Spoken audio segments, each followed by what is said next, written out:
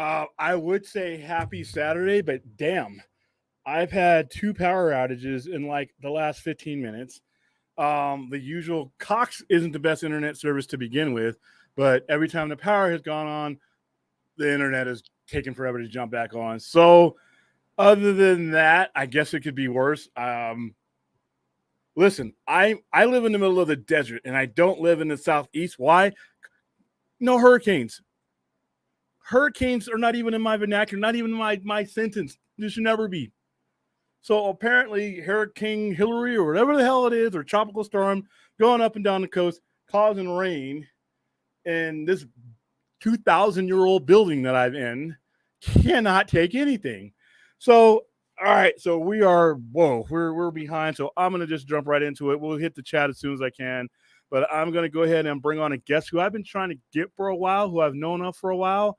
He's an Indy movie producer and director out of California, whose credits include as a producer. Let me read him down because I had it all pulled up for the power went out.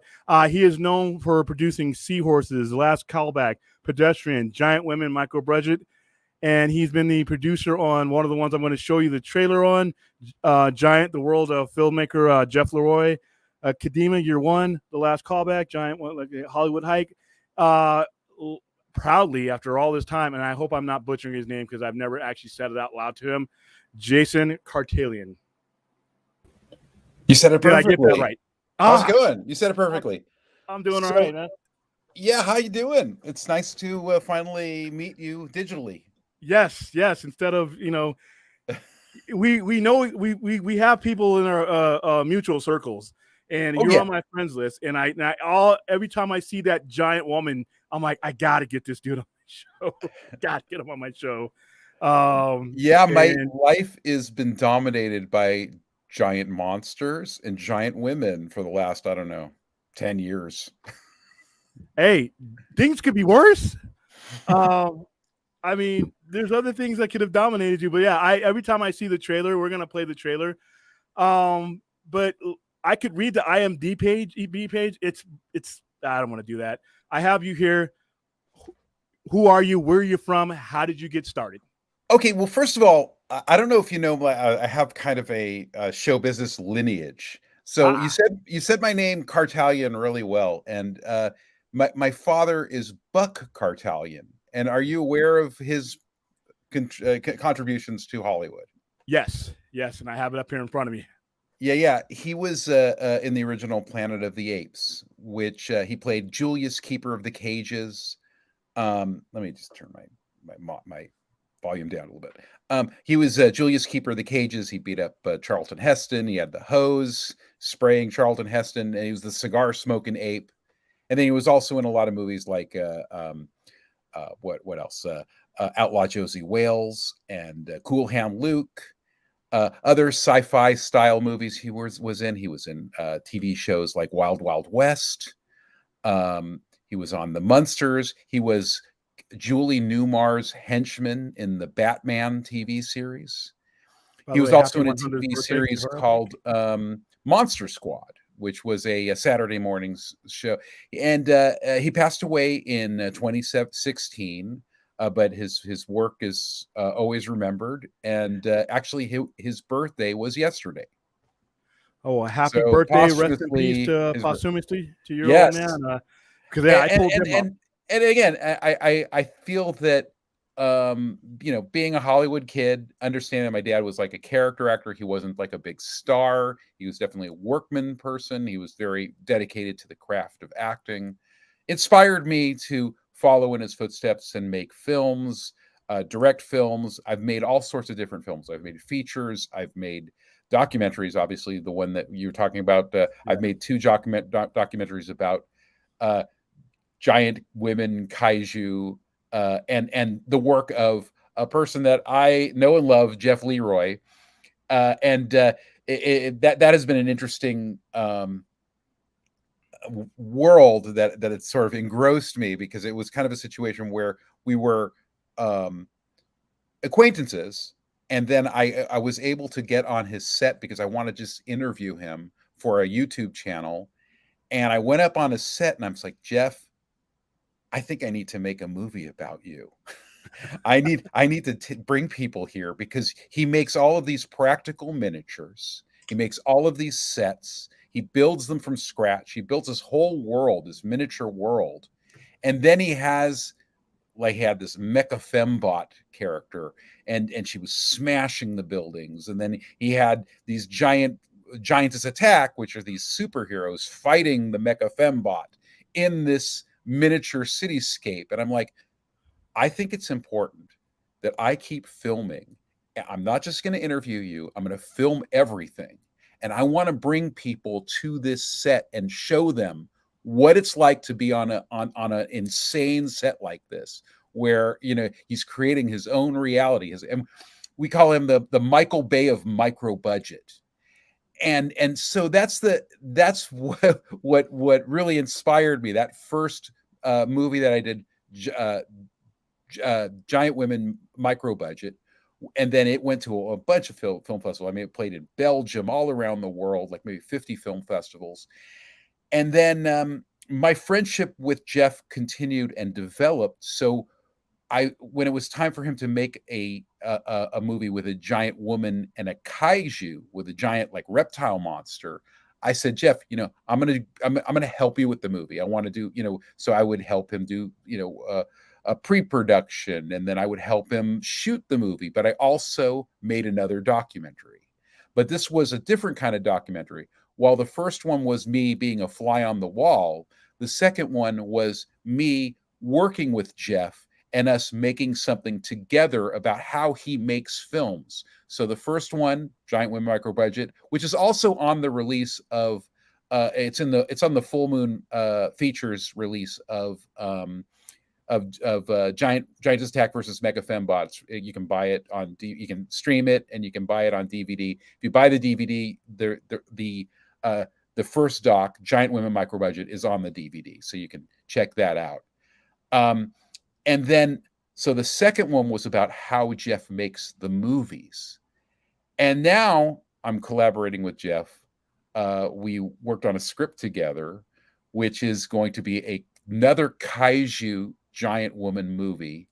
And not too many people know about this. We're going to be releasing. We have we're going to be doing a crowdfund in the 25th, and it's going to be called Giantess Attack versus the Turtlenator.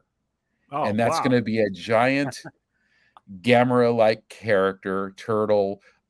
We have the world famous effects artist Joe Castro building the turtle.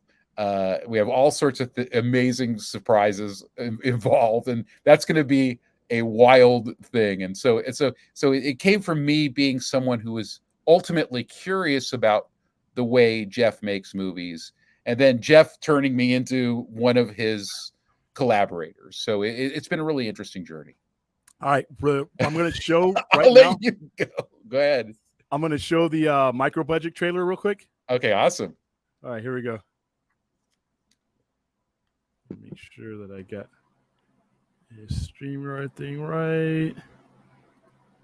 And this is the stressful part where you really got so much to do and one day to do it.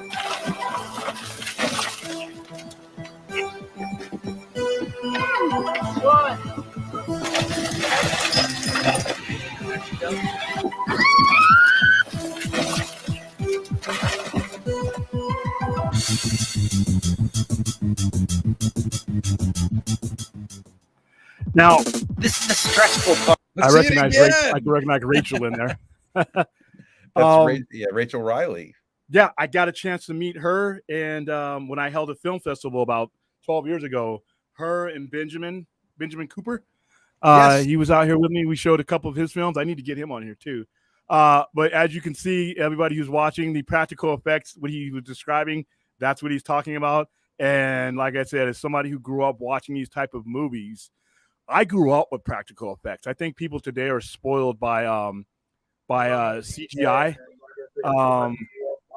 They're to the point where they'll just pick apart a CGI movie. But me personally, I grew up with, John Carpenter's A Thing. There wasn't no CGI there. There was all bladder effects. It was all practical effects. It was all reverse camera, like the scene where he has the head's tongue wraps itself around the chair and pulls itself. He did that in reverse because that's what they had. So even now in 2023, I can appreciate this. I'm a fan of this. This is cool. It's also kind of like, I mean, you're from Vegas, and you're in Originally Vegas. from where you're at. I'm a Los Angeles guy. Yeah, I'm here on business. but it's also about magic, like creating a magic trick. And that's also part of making practical effects, or like, the hand is quicker than the eye, and so you have to do creative crafty things when you make practical effects versus CGI, when you're just like drawing the effect, and there's no grace in that. There's a style in that magic of creating the practical effects.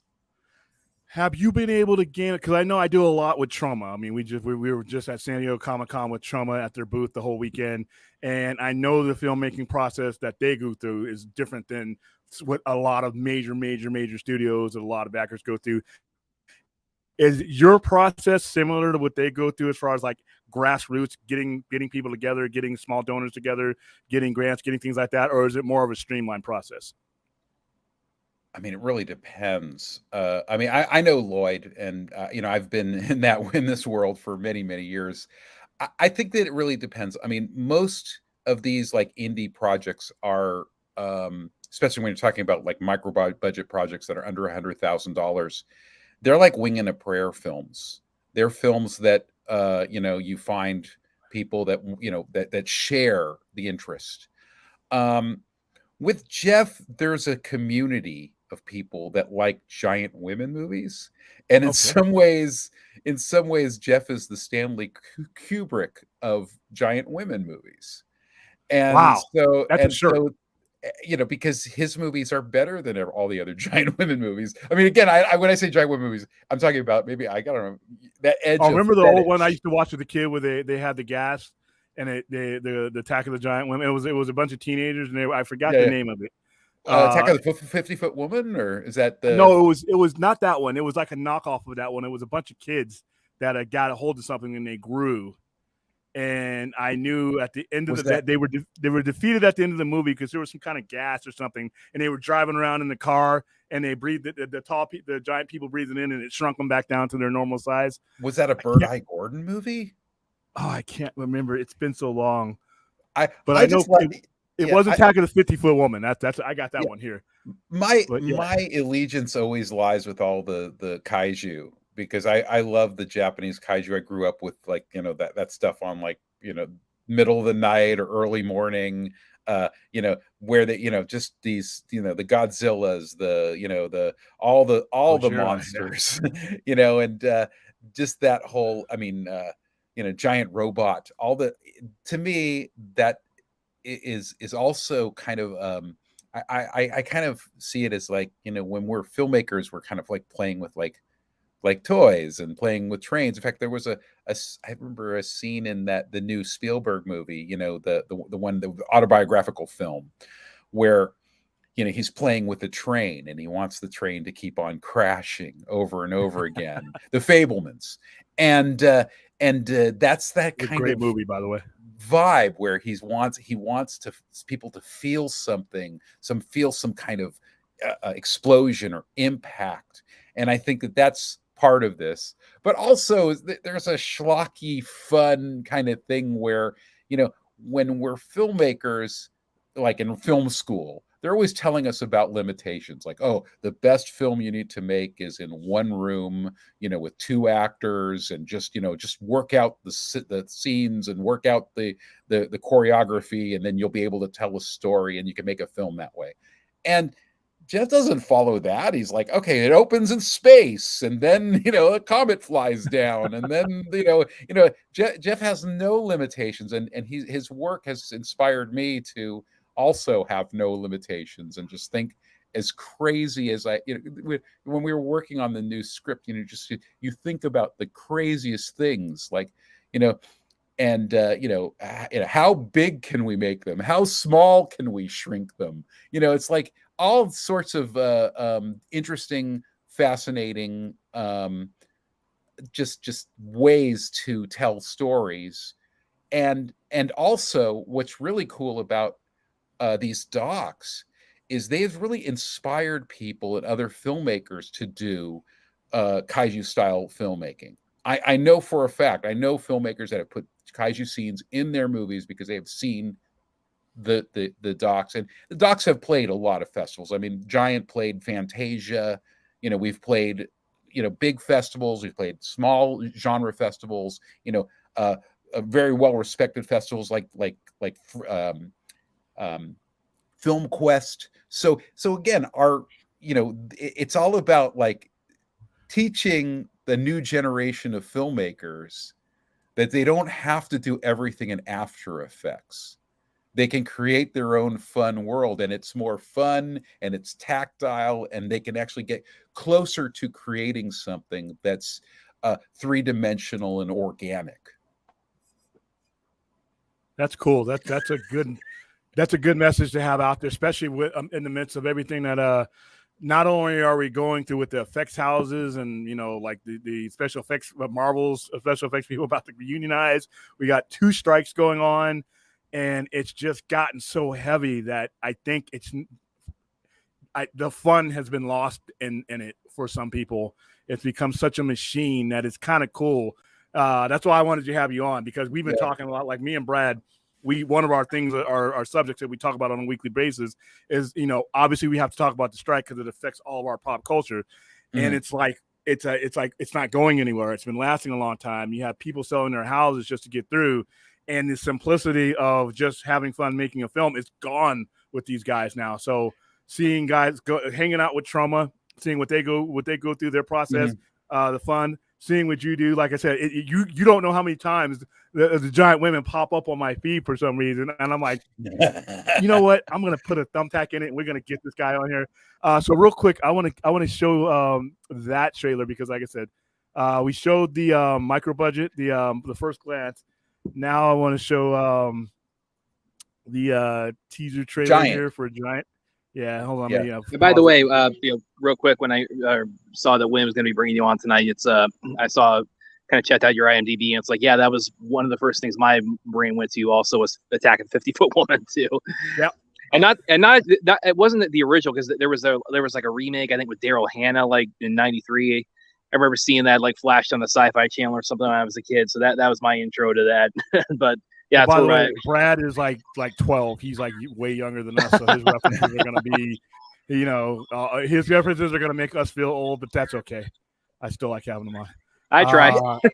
The interesting thing about Giant Women too is it freaks some people out too. Like, we have this kind of like culture where people try the best to be like as politically correct as possible, but when you see a giant woman, you say, okay, wait a minute, is this misogynistic? Well, not really, because they're giant, they're powerful, they're empowered, man. So it's really it's an interesting mind f, if you know what I mean, when people like see these kind of films when they're presented a certain way, because in some ways the woman is a giant and the men are always like lesser. Oh, this is it here. Go ahead. I'm sorry. No, I didn't mean to start it. Go ahead and finish your no, I'm just saying. I find it fascinating. I'm sure that a lot of people are very confused, like especially people that are locked into an ideology. We're not. I mean, we vote certain ways, and we're not. I mean, I'm probably as liberal as it could possibly be, but I'm not locked into an ideology. Doesn't handcuff my art. I feel like what's important is telling a human story and just following what excites me and makes me happy. And so that's, there you go.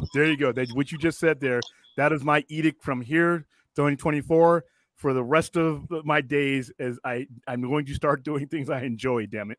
All right. Well, go ahead. I was going to point out also really quick what you're saying about Giant Women. I mean, it's like, I wouldn't be surprised if that, found its way into the burgeoning Barbie franchise now, with the success of the first one here. So, well, they like giant Barbies.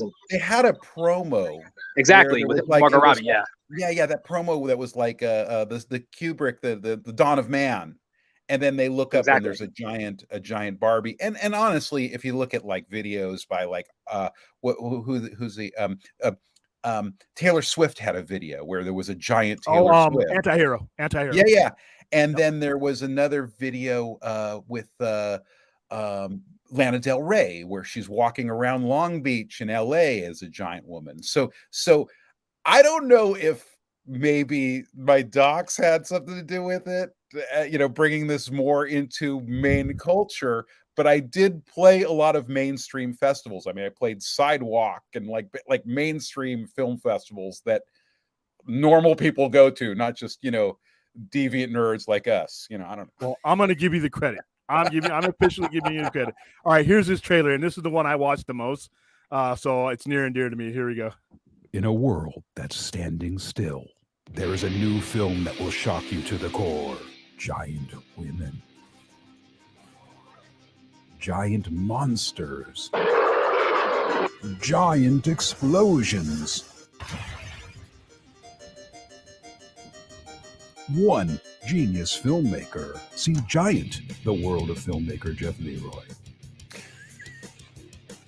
All right, that makes me happy. You've been in my circles or somewhere near, in my zeitgeist where I know where you're at, know who you are, and that's the thing that I attach with you the most, and that's why I have to show that. Even if he has different topics, I need to show that. That trailer makes me happy. I wonder who did that incredible voiceover. Hey man, you know what? If the Hollywood thing doesn't work, you can always do voiceover, man. Morgan Freeman. Not everybody can afford Morgan Freeman. They can get you though. But no, these movies are fun. Go ahead, Brad. I'm saying Morgan Freeman. That's perfect. If you get him, this isn't him, but there's a good video on YouTube of a guy doing a Morgan Freeman impression where he's reading in his voice like "Everyone poops," as read by Morgan Freeman. Yeah, and like I said, he probably cost a quarter of the money. But yeah, that's fun. Like I said, I enjoy what you're doing. When you're ready to do that Kickstarter, whenever you're ready to promote it, just let me know. I can bring you back on this show anytime you want. Anything you want to have new. It's just fun. It's just fun to have out there. It's fun to watch. Just the trailer alone, and the documentary is out there. Let me go ahead and now, you guys, if you go to the description of the video, you will see I have his Jason's website and everything on there. My Insta is also just J Kartalian if you want to follow me. And then the other thing is like when it comes to the Kickstarter, regardless of whether or not you want to be a part of it or not, you should definitely visit it, because we created 3 individual videos that are just as entertaining as some of the docs that I've done that kind of explain the project, explain Jeff, like a little like bio about Jeff, which is insane.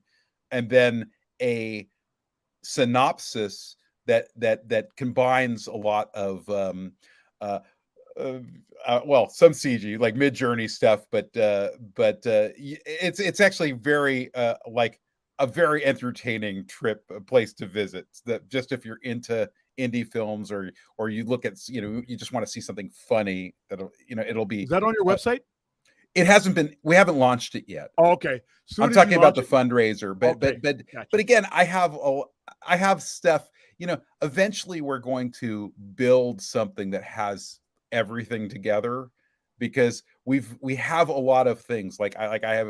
We have a lot of like really crazy like behind the scene film festival interviews that are just super entertaining, where we brought all the actresses, Rachel, Tasha Takosa, Vlada Fox together and on the red carpet and all sorts of nonsense, because that's also fun too, to see these actresses really enjoy playing giant women, and they had it was just a great experience for them shooting it, and then also being a part of this, smashing the buildings, and then also being at like a bona fide real film festival with a red carpet and photos and being asked serious questions, but they're giant women. Yeah, that's the whole process. Sounds like a lot of fun. Like I said, I'm glad to finally, after a really long time of knowing who you are and having you in that circle, finally. And I'm going to do this more and more. I'm going to get all my indies. Yeah. Also, William, I've known you, and what you do, and heard so many amazing things about you as well. And I'm so happy that we were able to finally connect because the same thing happened. I mean, we were in a situation where we were thinking of, maybe pushing out a screening, and then there was, I mean, it just, the film started changing and being recut and all sorts of things. No, I mean, it just, things happen, and finally, we can, connect. And I think that's awesome that we can, we did this and move on and do more. Yeah, and like I said, I will not be a stranger, and like I said, I will be keeping an eye on all this stuff. I've been keeping an eye on it for all these years, and now I'm definitely going to keep an eye on it going forward. So, hey, thank you for making time, and I'm sorry about the delay with the power outage and all that stuff. But everybody find them at what's your website? I got I mean, it's just, I mean, you can see me. I have like my personal website is jasonkartalian.com. Yep. And you can also follow me on Insta at Kartalian, Kartalian, and that's my Insta. And then I don't know, I'll be other places too. I don't know, Facebook. You've been pretty active on Instagram. That's where I got the message. That's where I was able to message you from there. So yeah, Instagram is my favorite one too. I actually have a lot of irons in the fire. I do a lot of different things. I do some other stuff on social media as well. So but that particular account, that Kartalian Instagram account, there's going to be a lot of cool stuff coming out. There's going to be a lot of cool videos, a lot of cool promos, a lot of great information. We already have it created. So it's just more and more fun stuff is going to be coming out because we're gearing up to make this movie. All right. I just put it in the chat. So everybody go ahead and sub to Jason's Instagram account. Visit his website, watch his movies. All right. Thank you, Jason. And I will be seeing you sooner than later, man. Cool. It was such a pleasure. Thank you, Brad, too. Appreciate it. Yeah, take care. Nice meeting you. Okay, great. All right. Thanks, Jason. Bye. That was fun. I've been trying to get that guy on for years. And yeah, it was the first I really I wasn't familiar with Jason's work before I saw you bringing him on tonight. So it was cool seeing kind of what his what his whole operation's all about. All right, so I am behind because of the power outages. Let me say hi to chat. Hi, chat. I'm going to warn you guys in advance. We got a lot going on, so I'm going to try to pick, whatever, some of the questions you guys have. I'll pick some of the ones that are kind of over and over again, and then see if I can consolidate it. But we got a lot of topics to cover. I had to get that one going because I had him waiting in the back room. Among the topics we were going to talk about, by the way, somebody's asking who is the giant woman with the axe. Her name is Rachel Riley. She's an actress. We were talking about her. She's in that movie. She's been in several other movies of several other filmmakers that I've worked with. And that's what I mean. Once you start meeting the indie filmmakers, you start to build these circles of people whose work overlaps. But I love that movie, and I love the images that he has, and that was one of my favorite images. That's why I use that as the overlap. So obviously, towards the end of the night, we're going to talk about this miserable strike. We are going to. Did you see Blue Beetle, Brad? I did. I saw it on Thursday night. Okay, so I'm going to get you to review it. I was going to pick somebody out of the crowd, but I don't want to do the whole RJ thing where I had RJ on here reviewing the damn Flash and he hadn't seen it yet. So I'm going to I thought twice about that. So I'm going to have you review Blue Beetle in a couple minutes. We already got Jason out the way, got him first, which is good, so I can get him on his Saturday night. And we're going to talk Rebel Moon because apparently word is we're going to have a teaser trailer here in a few days. I cannot wait. Yeah, that and a couple other goodies probably dropping with that. T-shirts that I can't get because the T-shirts have been selling out everywhere. Apparently, Scott it's McClellan, like Scott McClellan's going to buy everything. So damn it. Well, apparently, it's like somebody might have jumped the gun on when they were supposed to launch those, and they had to kind of pull it down. But some people managed to, I guess, grab their orders, before they did that. So, but the cool is, like I said, Scott got like 3 of them, and I'm like, "Oh, dude, I'm getting off." I saw that too. Yeah, he was, and he also like he got. I was waiting on that Empire, cover story on Rebel Moon for like I was going to Barnes & Noble for like a month trying to get that. It finally dropped this past week, so I was able to get that too. Okay, I'm gonna get a couple of them and put them in here. All right, hi, Hal Jordan, how you doing? Spider-Man, what's going on? Vince, what's going on, dude? William, Kevin Feige, Mike. Okay, hold on, I'll answer this real quick. William, if Kevin Feige and Marvel came to you and asked you which comics they should use in the influence for the Blade product they're doing, which comics you can make? The entire Marvel Knights run. That's easy for me. The entire Marvel Knight, because the runs prior to that were pretty lame actually. Those stories highlighted more of the Doctor Strange element than they did what I thought Blade's true character could be. And the Marvel Knight stuff is probably the best interpretation of that character. That's what I would tell them to use. All right. That's me telling you that I had a power outage, 2 power outages. Yeah, that's freaky to happen. Yeah, a hurricane. I live on the West Coast. I purposely avoid certain. Listen, I don't like ice. I don't like seals, and I don't like polar bears. So guess what? I won't be in the Antarctic. I will never be in Alaska, right? You move to certain places to avoid certain things. People who don't like earthquakes don't live in California. If you don't like heat, you don't come to Vegas. I don't like hurricanes. I thought I was relatively safe here in hellscape, Nevada, from ever being part of the effects of a hurricane. So when I haven't been paying attention to the weather because I'm like, it's whatever. And then I'm like, well, Hurricane Hillary. I'm like, and then I looked at the Dodger game today, and they're playing a doubleheader today because they're worried about a hurricane. Now they're playing the Florida Marlins, so I'm like automatically assume, oh, well, there's hurricanes in Florida. What's going on there? And then I look, wait a minute, that's at Dodger Dam Stadium. What do you mean a hurricane? And sure enough, they show it rolling up. I guess it's depressed to a tropical storm. Yeah, I saw.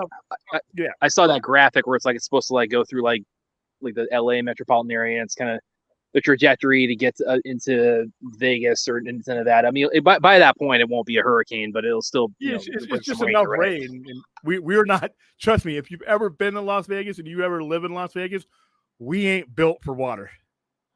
Not like we should be. So well, you've been saying it's been just an absolute just nightmare as far as the heat there. So I mean, maybe that made a little bit of respite. Oh yeah, today that was great. It was like in the 80s today. I was right. The humidity wasn't too bad. It was kind of a breeze. Yeah, and I guess I wasn't inlet unknown. Okay, Hurricane Hillary's hitting the West Coast tonight. Yup. All right. What the hell is going on with Aquaman 2? Not even a teaser with Blue Beetle. What the F is this movie? Wellness check because if Blue Beetle doesn't hit the mark with everything with Azoff, don't be surprised to hear it getting canned. I don't think they're going to can Aquaman because there's just too much money in it, and not just money prior to Zaslav. There's been money since Zaslav. There's a ton of reshoot money that's been sunk into this, so it's getting released. I don't think it's going to do well, but it's getting released. Blue Beetle. I thought Blue Beetle would do a lot better.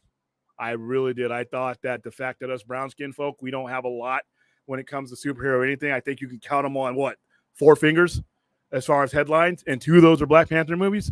So I thought it would do better, but then again, like I said, at the same time, the overwhelming weight of what DC has become has hurt just another movie, and it's got one more movie to hurt.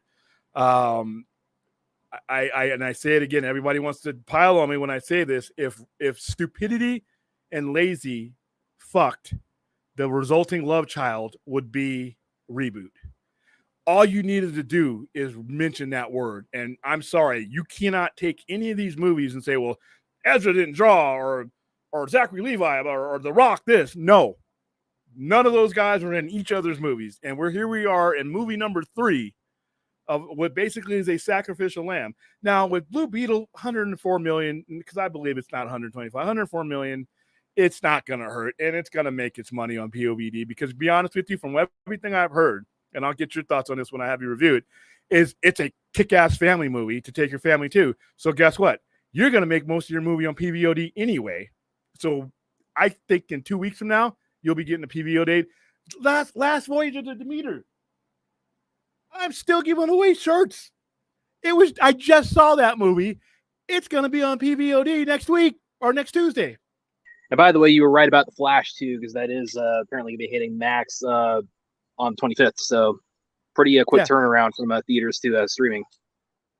And those of you who watch this show, I said this before The Flash had its difficulties in the box office, before it even hit.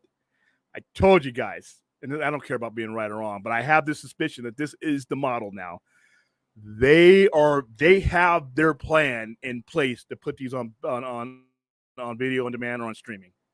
They have their plan in place. There was a date for The Flash before The Flash saw any screenings.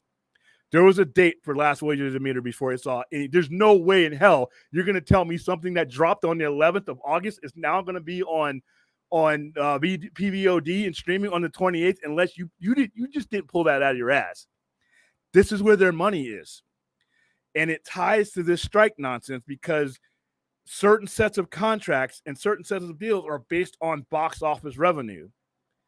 I'm pretty sure, I could be wrong. Somebody in chat tell me if you know. These same deals aren't attached to streaming and attached to PVOD. So they're keeping the lion's share of that money, which is why they don't want to show their books.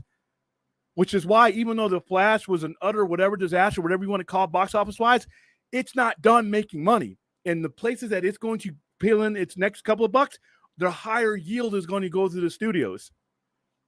There's no way they're going to lose on Blue Beetle. There's no way. There's too many cycles of revenue you can put Blue Beetle through to where they're going to, at the very worst, come out even. They're not going to lose any money on Blue Beetle.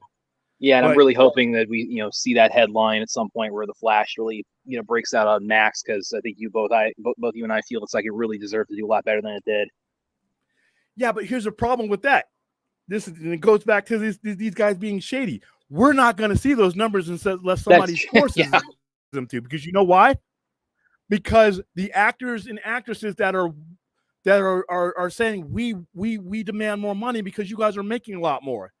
And the producers are like, no, we have expenses, we have this and that. If they're not going to have to show their books, just like the whole Snyder, everything, every streaming number that a studio gives you is bullshit, in my opinion. Every streaming, if it comes from their mouth and doesn't come from a third party, a verifiable third party, then it's bullshit. I don't want to hear how great Peacemaker did on streaming unless you're going to show me the hardcore numbers, all that. And then they had the Nielsen numbers the weeks later and all that. But they were talking about Peacemaker doing bonkers before the first damn episode was streaming. And they were telling people how good the reactions. How did you greenlight Peacemaker when you didn't even know how much the Suicide Squad was going to make? You know why? Because you knew you were going to make up that money on the back end. But that back end percentage is actually what the actors are wanting some of. And they don't want to give that up because that's easy money. Blue Beetle, okay, cost us $105 million, right? All right, they didn't spend anything on advertising that movie. They threw a couple of commercials on channels they own. Okay, so 105 is flat for what they did for that. All right, yeah, 25 to 30 million would be considered a box office bomb if we were thinking in dinosaur terms like that. But out of 104, they've already made over 30. They're gonna make some money on PVOD. I'm gonna see it for the first time on streaming, possibly PVOD. And I know a lot of people who cannot afford right now to get out 2, 3, and 4 movies released one after another. You'll go broke. So if Blue Beetle is going to be on streaming in less than 3 or 4 weeks, that just made your decision making a lot easier. And they know this. Warner Brothers knows this. And if they're not cutting in the actors and actresses on all these percentages, that means they're taking an inordinate amount. That means they're probably getting almost all of it. Because most of these, go ahead. That's the thing. Actually, I'm really hoping is a byproduct of the strike. Is what you're talking about is the lack of transparency on streaming data, how big a hit different things are, and that information just being so cryptic and with there's so much lack of context to it. It's like I'm really hoping it's like we as an offshoot of the strike, it's like we get to that point where it's like, okay, we're going to crack open that vault and, just basically just pull back the curtain and just, show the man, behind there in the backstage of the Wizard of Oz. Because like I said, when I saw Peacemaker's numbers, it was way after, and I don't even know, I think it was Nielsen, but I don't even know what goes into some of those numbers the way they do it. And PVOD numbers are different. Because your Nielsen's are the ones that come straight from your like HBO Max, who took forever to report, by the way. But your Netflixes and your regular streaming, but your PVOD, that goes. I don't think that goes to them. I think that goes to an actual, somebody counting revenue on that one. So, and we still haven't gotten like proper full context streaming data on Zack Snyder's Justice League. It's like I want that to come out through the strike. It's like I want that information to be revealed. And that's another thing. I have a problem with that. Is okay, you tell me, listen, this is not a knock against Peacemaker. I enjoyed Peacemaker overall. I enjoyed the Suicide Squad. but without verifiable numbers, like outright, then what I would need to know is, do you have an agenda? Because if you're making a decision to put a bunch of obscure characters and spend money on obscure characters, are you painting that narrative to make your decision look good? Because if you didn't like a certain movie and you didn't want to continue a certain trend, then all you pretty much have to do is bury the numbers. That's why I can't believe these guys. And that's why the Writers Guild and the SAG-AFTRA should not believe them. Yeah, let me clarify what William just said. They have an agenda. Okay. There you go. All right, Giant Women. Oh, wow. Yeah, well, you know what, dude? I'm going to leave. Oh, that's no, man. I think we part ways on that one. They each have their place.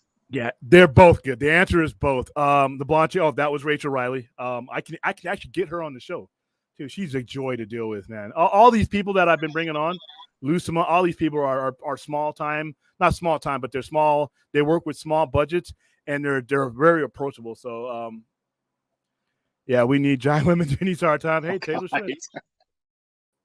That's funny how you brought up Taylor Swift. All right, real quick. I still think when done right, CGI can open whole new frontiers in terms of storytelling. I can appreciate practical effects, but I grew up on CGI, and I can appreciate the artistry. Same here, Donovan. I can appreciate both. Like I said, I grew up with John Carpenter stuff and the early '80s stuff. Now, where I do think it goes too far, like with The Flash.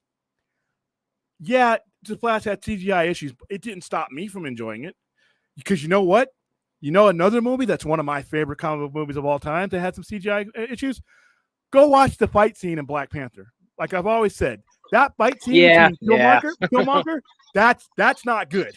Okay? But did that stop anybody from enjoying that movie? Did it stop me? No. Well, and that's worse than any CGI issue in The Flash.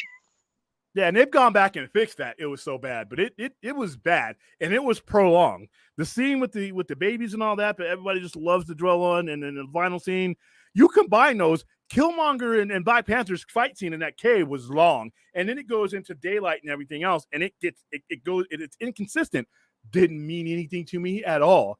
I didn't even remember it until I watched it again. And people bring up, the CGI was awful. That's why The Flash failed. No, The Flash failed. Let's be frank and be honest. Flash fell for the same reason Blue Beetle's not going to make a lot of money, partially, and the reason why Shazam and Black Adam, and the reason why Aquaman's probably gonna hurt, amongst other reasons. Not entirely. It's just that there are too many choices out there, and the ones that you're putting out there, you're already saying lead to nowhere. And like I said, that they don't have to connect. Everything doesn't need to get out of here with that. All right, stop that. You can say that to yourself, and if that is your opinion, that's wonderful. If a shared universe doesn't mean anything to you, that is your prerogative. But to the other, like, overwhelmingly population, it does. It does. Both Marvel and DC have constructed a world where that is the expectation. Yes, they can get away with standalones here or there, but they cannot exist on those standalones. There is not enough revenue on standalone, unconnected movies. They will go broke. They're already hemorrhaging money, so they damn sure want that volume. I am a volume guy. One of the reasons I'm not going to see some of these movies is the fact that I am a universe guy. I buy into your whole story. I'm not investing in just one movie. I can wait for HBO Max for your one movie, unless it's like, something that's super epic.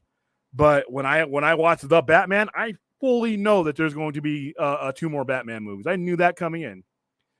The Joker, wasn't sure halfway through the Joker. There's no way in hell that there's no way they weren't going to make a sequel to that.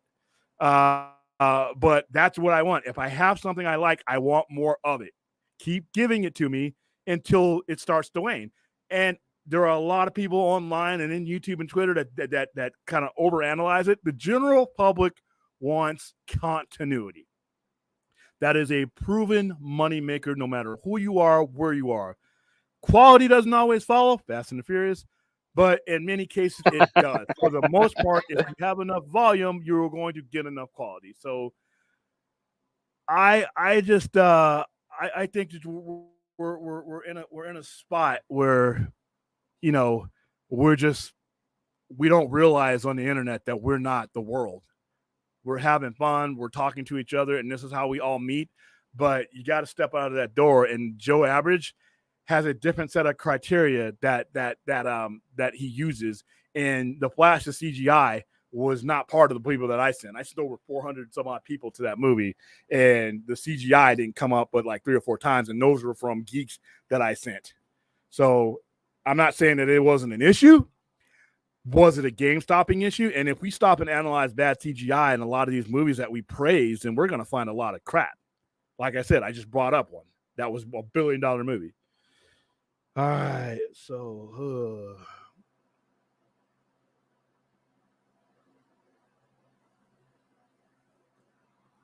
Yeah, like I said, you're movies that do both. There are movies that use practical effects and they're using CGI. I say use what applies. If practical effects apply to your story and your environment, use those. If CGI gives you a world that you cannot do without it, then do that. If both apply, then use both. You know what I mean? I'd say Terminator 2 is probably one of the best examples of like that hybridity of practical and CGI. What movie? Terminator 2. Oh yeah, Oh my goodness, Terminator 2. That created a lot of technology.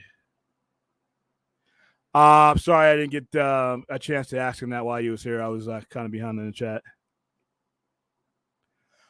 William, know that so fast about Taylor Swift. I don't dislike Taylor Swift. I would never pay to see her.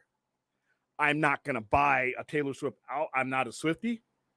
But that song, Anti-Hero, I'd listen to it. And I like the video. The video is kind of cool. It's got a 50-foot woman in it. I am, listen, my music taste, there are certain groups and people that in the periphery that I'm like, that sounds kind of catchy. You know, I wouldn't like go all, you won't see me wearing a shirt with them. You won't see me like, they're not on my playlist or something like that. But I'm like, all right, that doesn't annoy me.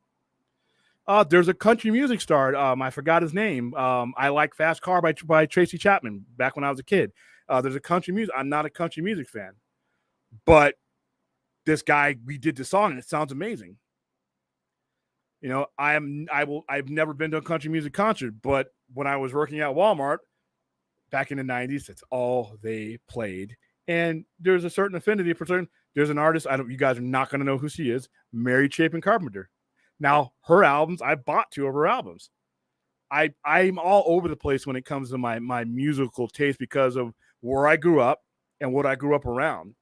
I could go from rap to pop to metal within literally 3 people that are sitting at the same table with me. So, but as far as Taylor Swift, I like the song Anti-Hero is not a bad song.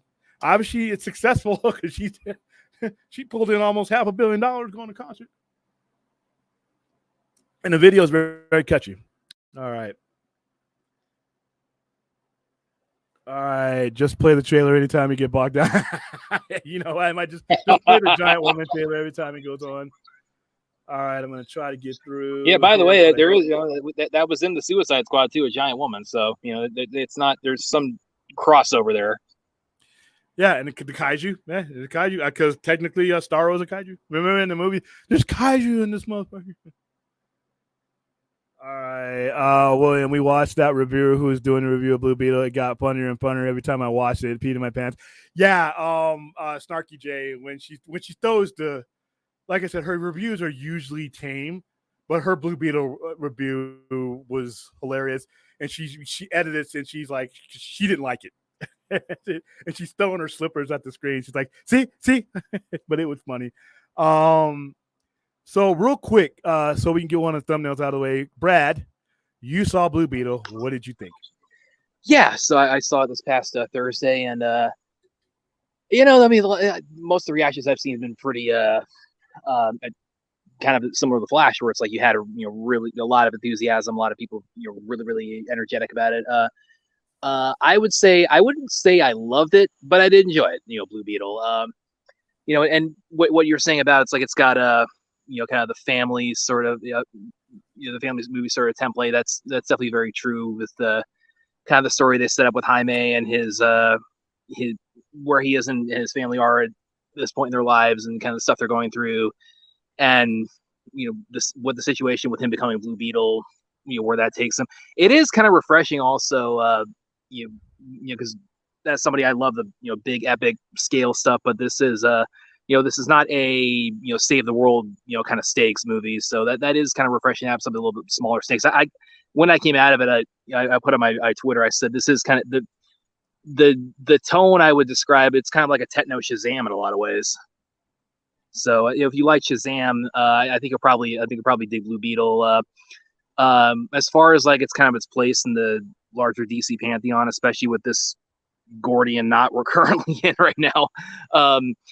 It's pretty singular. It makes reference to other characters, like it references Superman and Batman and Flash, but it's not like specific in the way what it's sort of linking itself up to. So it's like it could be Snyderverse, it could be Gunn, it could be its own thing, whatever.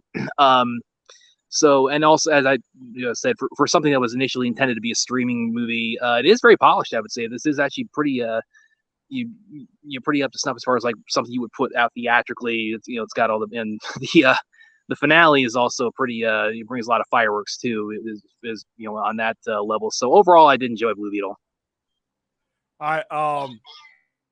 Does it seem like it's going to be one of those movies that the family's going to get on the sofa and just watch the hell out of it? I think so. Yeah, I think this is going to be really popular with families, and as far as like the business it's currently doing, I mean, I'm fairly comfortable at this point saying it's like, I mean, the news of the impending, R word. I mean, it's like this. I mean, that has definitely impacted everything DC related right now, and I don't think I don't think you can separate the business these movies are doing this year. I mean, there's other factors like the strike, and we've had that in some of the not being able to promote. Yeah, the lack of press. I mean, some reports have said that can chop off 50% of your business, right?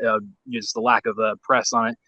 But again, the impending DCU plans, but it's like that's definitely impacted these movies, which is very, very unfortunate. As we both have said, there needed to be a proper transition, proper ending, conclusion. I'm gonna hammer that. By the way, while Brad said, I am eating healthy, guys. Look, this is a turkey burger from Sister Kim's. So there you go. Cholesterol levels cut in half for this week. So I'm gonna buy myself another 18 minutes on the planet.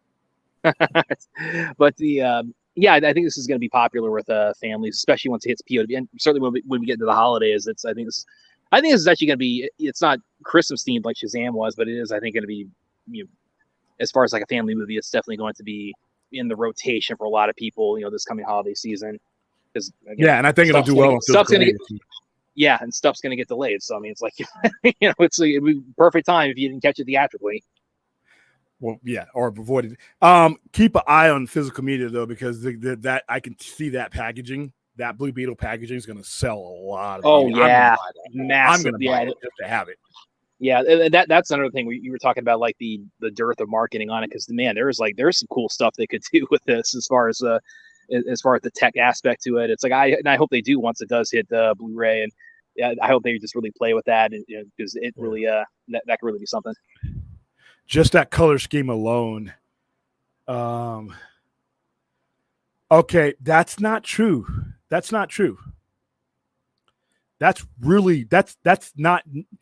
We've had this discussion before, Wallace, man.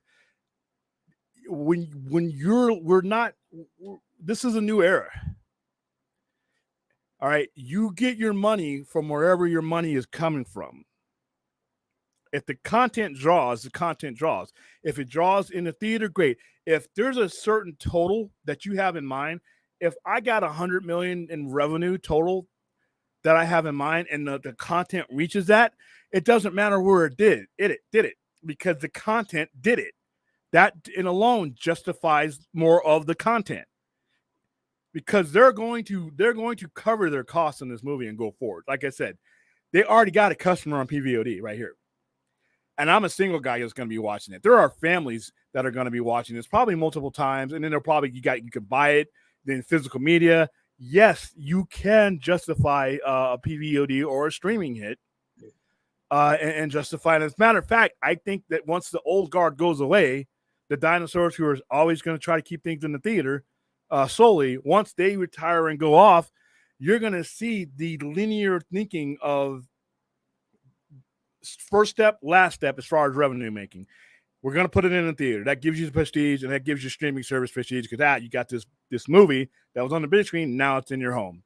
So that adds to the prestige.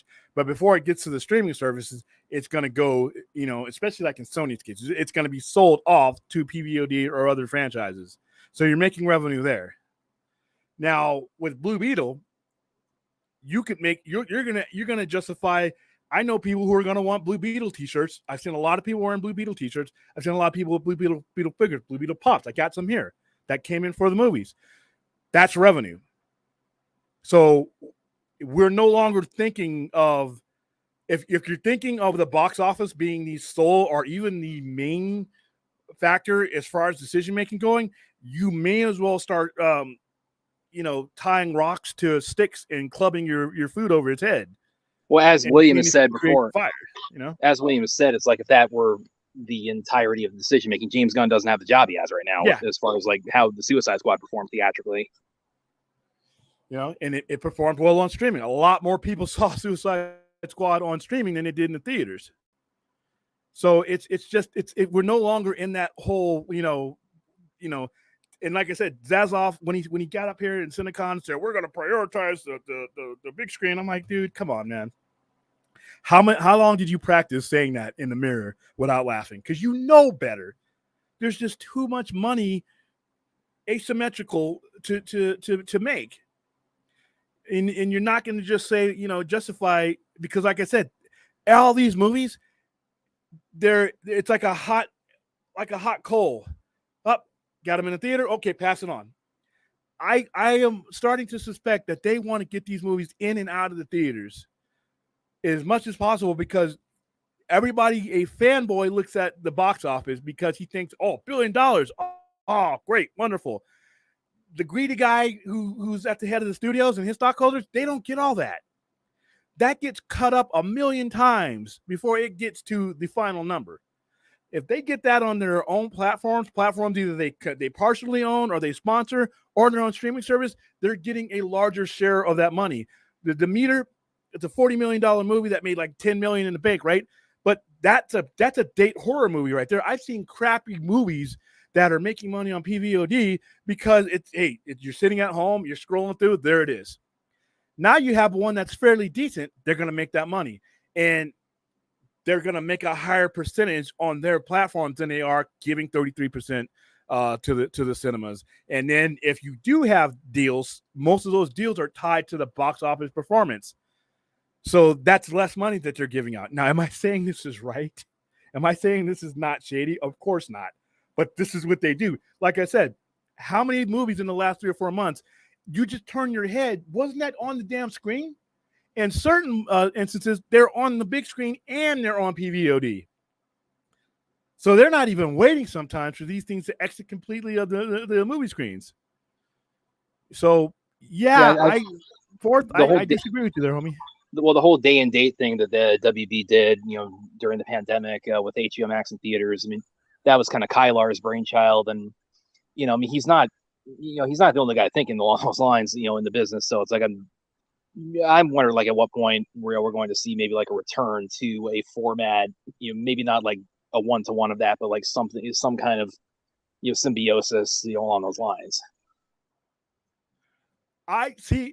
I like last night on the overnighter, I used Dune as a perfect example. People were like, well, Dune, if Dune hadn't been released day and day, you would have made more money. No, it wasn't. Every one of us that wanted to see Dune on the big screen was going to see it on the big screen. There was my no place way was packed when I saw it in the theater. Yeah, we were all going to. Now, the people who weren't going to the movies and gave it a shot on HBO Max were not going. You will never be able to prove this for sure, but I talk to these guys all the time. We did both. We did a day and date. We were at the theater for all these movies, Suicide Squad, Matrix, all these. The people who were going to go to the cinema and see Dune went to see Dune. But as an added bonus on day and date, there were some people who were not going to go to the theater. Those people who watched it solely on on HBO Max. Some of them did go to the theater because they wanted to see it on a big screen while I was still in. But the majority of those people were not going to give that IP a chance. And a lot of them did, and a lot of them liked it. And their viewership, they did release those viewer numbers, and it did well. And that's what told them that we could go forward with Dunes 2 and 3. So, and look, like I said, they already got the steelbook. I'm buying that steelbook. That's going to be a nice blue, cool looking scarab that you probably pop open the wings or something. That's there are so many like merchandising angles. I mean, that you could take with Blue Beetle. It's like I really hope they cash in on that. When it hits home media. Yeah, hold on, because I'm looking. Yeah, I mean, I grew up with that one. Like I said, in the 80s, man, if you let your mind be open in the 80s, you didn't say, well, I don't listen to this, I don't listen to that. You could fall into anything. You could listen to a lot of stuff out there. And there's a lot of people who cross over and do or not necessarily listen. Taylor Swift was a country music person, if I recall. Now she's selling out arenas to everybody. And a lot of rock and rap in the 80s were produced by the same people. Rick Rubin produced Aerosmith, but he also produced Run DMC. That's how you got Walk This Way. And to be a lot that was probably one of the most important moments in music history is when Aerosmith and Run DMC got together, because they brought together two demographics. So at the time, we're not listening to each other. I grew up in that era. If you listen to rap, that's what you were listening to. If you listen to rock, especially Aerosmith, which was a little bit aged rock, that's what you were listening to. There was no bridge for you to come together. When they did that video, when Rick Rubin brought two of his clients together and they did that video, it brought together two demographics, and it literally changed music. There are a lot of people that are performing today that were sitting there watching that. So yeah, Tracy Chapman, my musical taste, like I said, you guys would never guess the stuff that's on my my music playlist, and I'll never reveal it because I don't want to hear fourth 1000's mouth teasing me. Nah, okay. All right, does Hardcore have a cameo? She does not. No, Hardcore's not in Blue Beetle. The R word. Yeah, reboot. Like I said, I'm gonna make a T-shirt, and it'll probably be graphic, almost pornographic, to where it's gonna have lazy and stupid doing it, and then 9 months later, reboot. Right? Like those little stick things that you put on the back of the cars that shows how many kids and dogs you have. Then I'm gonna have that. That's where we're at. All right, I'm gonna get to as many of you guys because I still got. Oh yeah, the score. I've heard the score. The score is awesome. The score remind me. I don't know about you guys, but it remind me a lot of Stranger Things score. The synth score. I love that score. Yeah, I got that sense of it too. Yeah, hurricane or small or a tropical storm. Like right now, I can actually open my door. It stopped raining. I'm gonna keep it open as long as the weed doesn't float into my store. So yeah, you can have your hard. You know what that hard reboot's gonna get them. Where they are right now, dude. Aquaman is gonna be a bloodbath. I don't know how they're gonna stop from losing their balls on Aquaman, because that's a much more expensive movie. I mean, it makes me wonder. It's like what ramifications. I mean, you're talking about. It's like you announced this new plan when you got 4 movies. I mean, you've got 3 and now potentially 4 movies. You basically just sent out to die. So it's like, I mean, there's just got to be some kind of repercussions for that at the studio level. And it didn't have to be that way. Okay, so everybody, like I said before, everybody's saying, well, they can't wait. They just do a hard reboot and start over and not continue anything and not finish anything because I'm on the internet and there's no consequences for me saying stupid shit. That's pretty much what it is. But if I got money in the game and I spent how much? $1.2 billion to promote these movies total? I want a return on that, some type of return, because not all that money was Hamada and Emmerich money. Some of this money that there's all the reshoot money is coming from this regime. All the prestige you're losing is going on to this regime. And this is the regime that's giving you your new stuff. Wouldn't you want it to look I mean, like I said, I'm not of the mindset that you needed to continue or whatever with the Snyderverse and 10, 5, 20 movies, Man of Steel, 10, 15, I didn't need that. But if, like I said, if I want you to trust me, forget about the Snyderverse, forget about comic books, forget about the subject. All right. If I want you to buy what I'm selling, you have to trust me. You have to trust me to give you a quality product. You have to trust me to give you the product. You have to trust the fact that if you get the product from me and you like the product, then if you want more of the product, that I am capable of giving it to you. If any one of those things fails, I don't care what it is. I don't care whether it's pizza. I don't care whether it's comic books, power tool, anything. If I fail you on any of those levels, I have no chance. I have no chance. The trust has to be there, and you build trust by completion. You build trust by continuity, and you make money by continuity because, like I said, I always when these fanboys get on here and they tell you how things we should get over and things should be cut and all this stuff, they don't take into account the brand new fan that's not caught up in any of this stuff. The brand new guy that picks up that remote control, goes to Roku or goes to any of these streaming services and picks your product. We don't know when that guy's going to do that. That guy could do that a year from now. That guy could do it from 5 years from now, but it's in your library. And wherever that guy or gal comes in, that is your customer now. Whether they come in tomorrow, whether they come in 3 years, you want them to come into a complete product that propels them into something else. Because especially when you're talking about streaming and anything like that, the way it's set up, if I like this, it recommends other things to me. But if you got some broke up shit in there that doesn't have an ending, we've already stopped our momentum. We've already stopped the cultivation of that customer. We want that customer to come into our mansion and be able to go into every room and say, damn, this place is cool. We don't want them coming into the mansion with one of the rooms all torn up. We don't want them to go into one of the master bathrooms and there's no water running. And that's what DC is right now. You will always pay this price until you finish things. And it didn't matter what it was. Whatever your big thing was that you spent a decade of, it's a yes or no answer. Did it come to a logical, credible conclusion? And if the answer is no, then how the hell do you expect to be successful from any point on? How do you expect people to spend new money while they're standing in front of your shitty mansion with the water that doesn't run, with the doors that are falling off the hinges, but you want to sell them another mansion?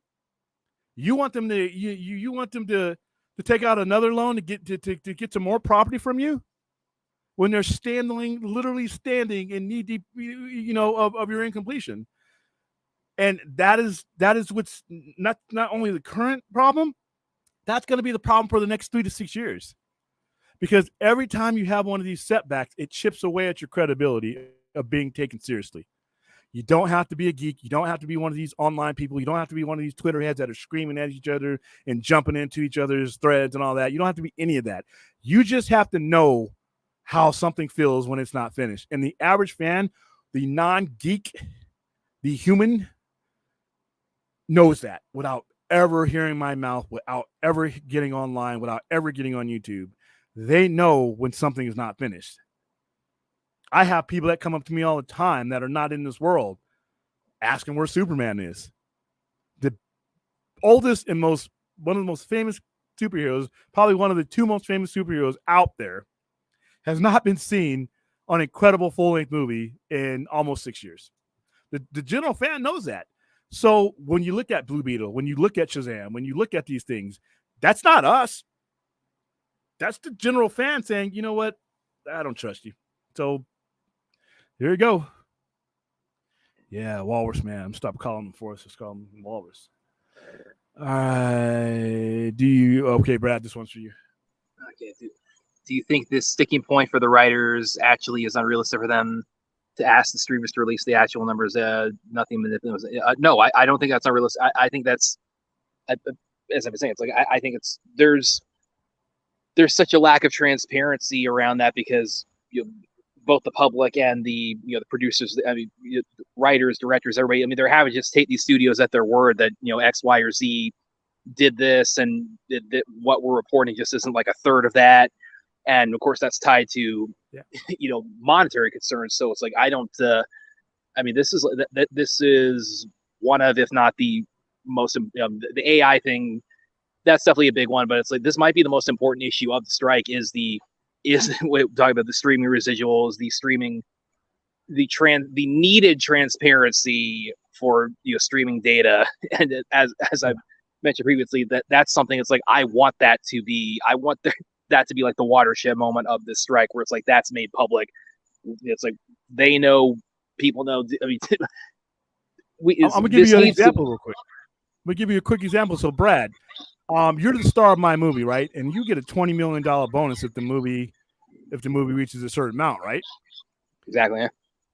So if I know what my bottom line, if I'm the greedy guy at the top, and I know what my take home has to be for the people who are, who are backing me and all that, and I see that your 20 million, your first dollar is going to affect that. I already got a plan in place. Oh, sorry, Brad. 50 million was what we were supposed to reach to give you your bonus. Damn, we've made the decision to go put it on PBOD, and you have no recourse.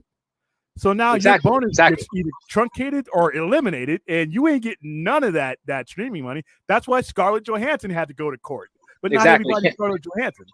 So so that's a perfect analogy. Yeah. So to answer the question, it's like, I think that's I don't think that's unrealistic at all. I think that's a very necessary component of the strike, and it's something that I'm hoping we get to. I mean, this might not be like as glorious as maybe I'm like hoping it would be in my head, but I just want us to get to that point where it's like we have that almost like that crescendo of, okay, unvarnished, untweaked with like transparent streaming numbers, data, and the remuneration for that. Okay, here it is. Exactly, like the overnights we get with the Nielsen's, Exactly. Yeah. So, all right. Chris Gore has a point. If we can have multiple Batman, why can't we have multiple? You're speaking to the choir. You're that the fandom is too stupid and that they'll be confused. But I think that our fans, our fellow geeks, and the general audience, they're not that stupid. I think you could have them staggered if you wanted to. And this is another thing too about, we talking about like the multiverse, like the Snyderverse stuff and multiverse aspect. I mean, Marvel, they're gearing up towards Secret Wars. I mean, that's their big multiverse thing. They're bringing back Hugh Jackman. They're bringing back. The writing's on the wall. Toby and Andrew are going to be back in some capacity. So we were talking about like having different iterations of these characters coexisting. It's like there's no reason not to cash in on that if that's becoming the new trend, the new fad in CVMs.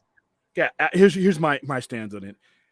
Make as many Batman. If you got 3 Batman stories, Ben Affleck, Academy Award-winning producer, movie maker, and I got Matt Reeves, and then I got Muschietti. I got 3 top-tier people. You may have your opinions about them, but these are top-tier people that have done good stuff. If I have those guys and that's 3 good Batman stories, I continue to make Batman stories until I get bad ones, until they stop making money. I stagger them. Obviously, I'm not going to release a Reeves Batman in the same time as an Affleck Batman. But I'm not the one reason that I'm not going to eliminate from not doing it is that their fans will be confused or that's too many. We don't want to listen. The only way, and I've said this over and over again, the only way that is confusing is if your fans are morons or your storyteller is a moron. And I don't believe either is the case. You've never even given them a chance. And like I said, somebody said something to me the other day. Well, William, you said that in retail, you go to a lot of times they tell you to go to assume that your customer is dumb, but that's not what that means. What that means, assume that they don't know as much as you need them to know to buy your stuff. They're not a complete moron. They're not dragging their knuckles with a club. They don't know what you need them to know to buy your product. That's a difference between being an idiot. What people are saying when they say, well, you can't have 2 Supermen at once because this will listen. No, they're basically thinking that the customer is too stupid to figure it out. And I that had an would article. be the case. I had an article go up a couple months ago on Screen Rant where I talked about DC could have their own No Way Home if they had, and they still could, if they did something with Cavill, Routh, Hecklin, Welling, and now I guess Cornsweat. So they could have their own mega Superman crossover event, and then bring them all together, and then let them break off and do their own thing individually.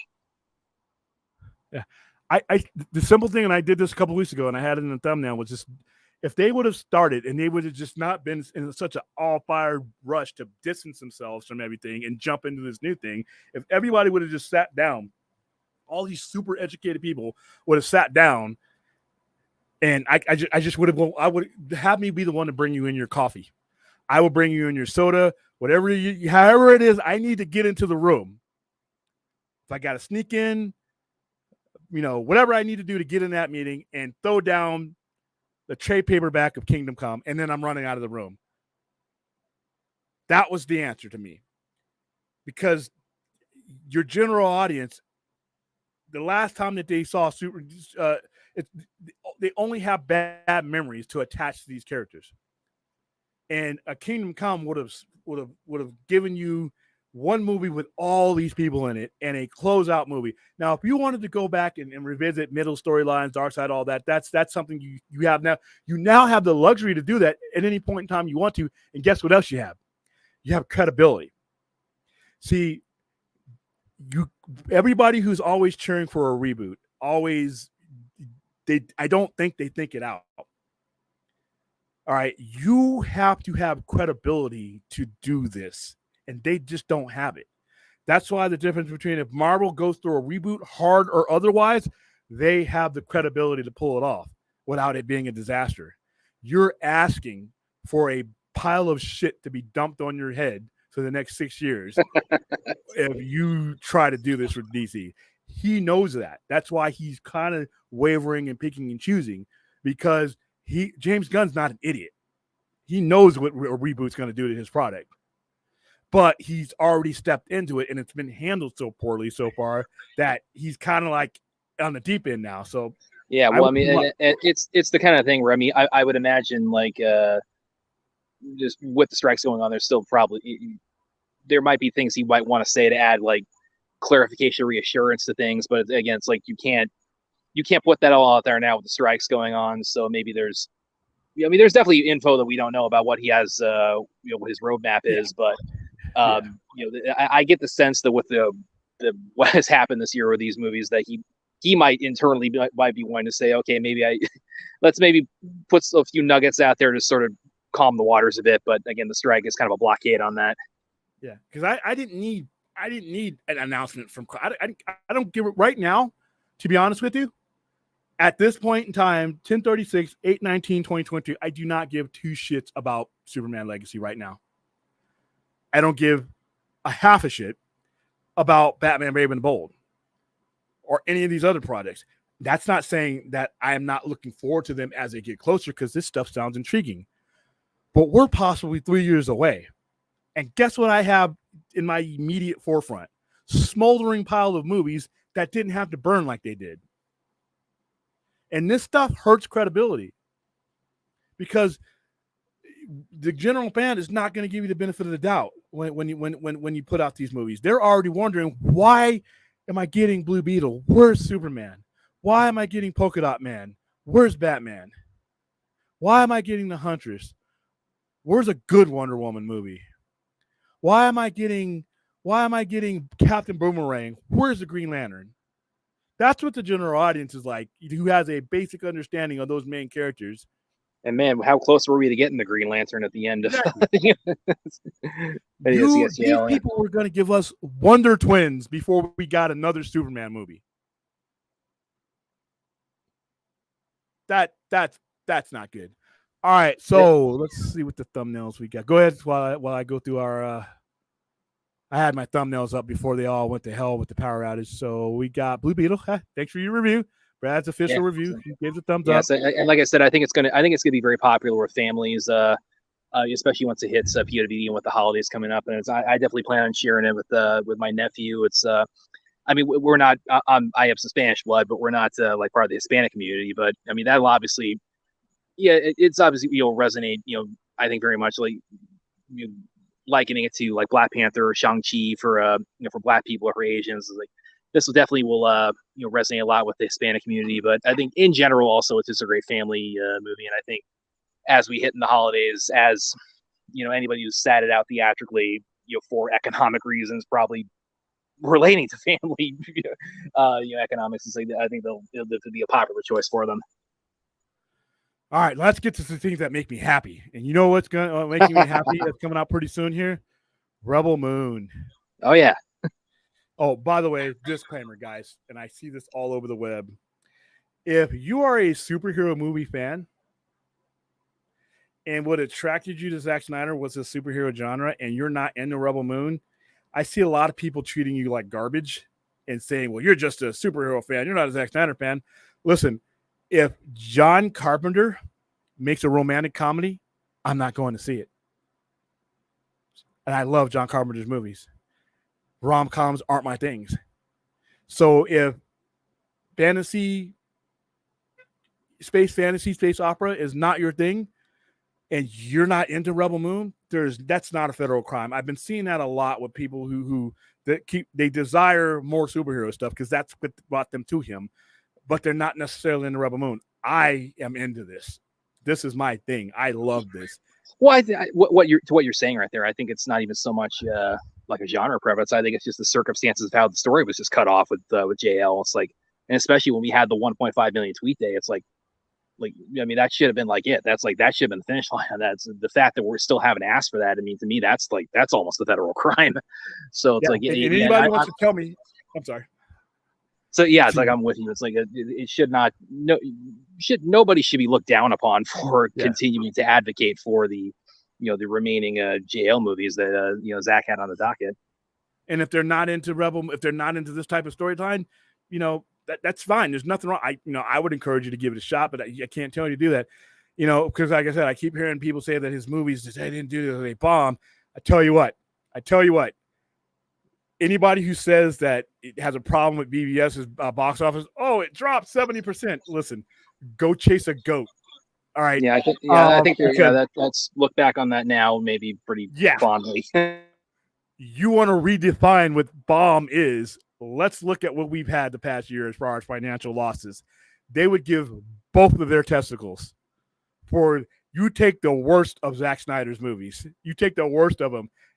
Tell me you wouldn't trade that in for this mess that we have now. So anyway, let's get to it. But it's a great analogy. But yes, we are definitely very, very much looking forward to Rebel Moon, both of us. Yeah, talk about things that make me happy. I have to keep telling myself that's the thing. All right, so we got a new teaser. Thank you to Superhero Hype. We got a new teaser trailer coming from Zack Snyder's Rebel Moon, a movie that I 67 days away from something like that around. I'm going to put a countdown on my website. All right, so Rebel Moon teaser trailer has been set. Director Zack Snyder revealed when fans can expect their first official look at the upcoming sci-fi film. In a recent post on social media platform Vero, Snyder confirmed that Rebel Moon teaser trailer will arrive August 22nd, 2023. That is 3 days from now. Woohoo! Exactly. Awesome. The Netflix film will make a global debut live at Gamescom, a video game trade show set to take place on August 23rd, 27th. Oh, it's going to actually debut there in its entirety? No, not the movie. That's where the trailer is going to be shown. I mean, unless they're pulling some fast one on us, and I don't get to see it for 4 months after that. No, I think they're showing the movie. Okay. Oh, well, I'm feeling left out now. Yeah. Damn it. All right. What is Rebel Moon about? Let's, for those of you who are not aware of it, I'm going to go ahead and read this. Tasked with finding trained fighters who will unite with her and making an impossible stand against the mother world. Korra assembles a small, by the way, Korra is Sofia Butera, who just stays hot. Another woman that hit 40 is still looking. Oh my goodness! If you don't know what I'm talking about, go see Atomic Blonde. I'll leave that there. Korra assembles a band of warriors, outsiders, insurgents, peasants, and orphans of war from different worlds who share a common need for redemption and revenge. This is Seven Samurai all over again, and I love it. Reads Rebel Moon synopsis. As the shadow of an entire realm bears down on the unlikeliest of moons, A battle over the fate of the galaxy is waged, and in the process, a new army of heroes is formed. It's not a new trope, and I don't have any problem. Like I said, we discussed Kurosawa and all the hallmarks that him and Lucas and everybody has used. Even Quentin Tarantino, all these guys have used this framework, and every one of them has reached greatness in their own way. So this is just another exciting way to use this same framework to get a galactic story out of this. I think this is going to be great. Yeah, and of course, I mean, obviously, I think also the timing is going to be so perfect. With it dropping in December, because that's been kind of the date that Star Wars has claimed since the Disney Star Wars era began, and that's with this being initially conceived as a Star Wars movie, that I think it'll definitely benefit from a lot of the kind of the seasonal sort of offshoot of that. That'll really be to its benefit. It looks a lot, just from what I've seen, it looks a lot more brutal than Star Wars. Yeah, well, there's going to be an R-rated cut of it. Yeah, baby. You see that alone. Thank you, Zack Snyder, for creating that reality for me. I don't hold back. Whatever you mean this movie to be, that's the way I want it to be presented. Absolutely, I don't want to see a director's cut. I want to see your cut. Well, I would guess that like the whatever kind of theater run it's going to have, that's probably where they're going to put the the kind of the more the PG-13 or the somewhat more the more graphically restrained version, maybe that was the way to put it, without the actual. Then once it's actually on Netflix, that's where you kind of get all the goods.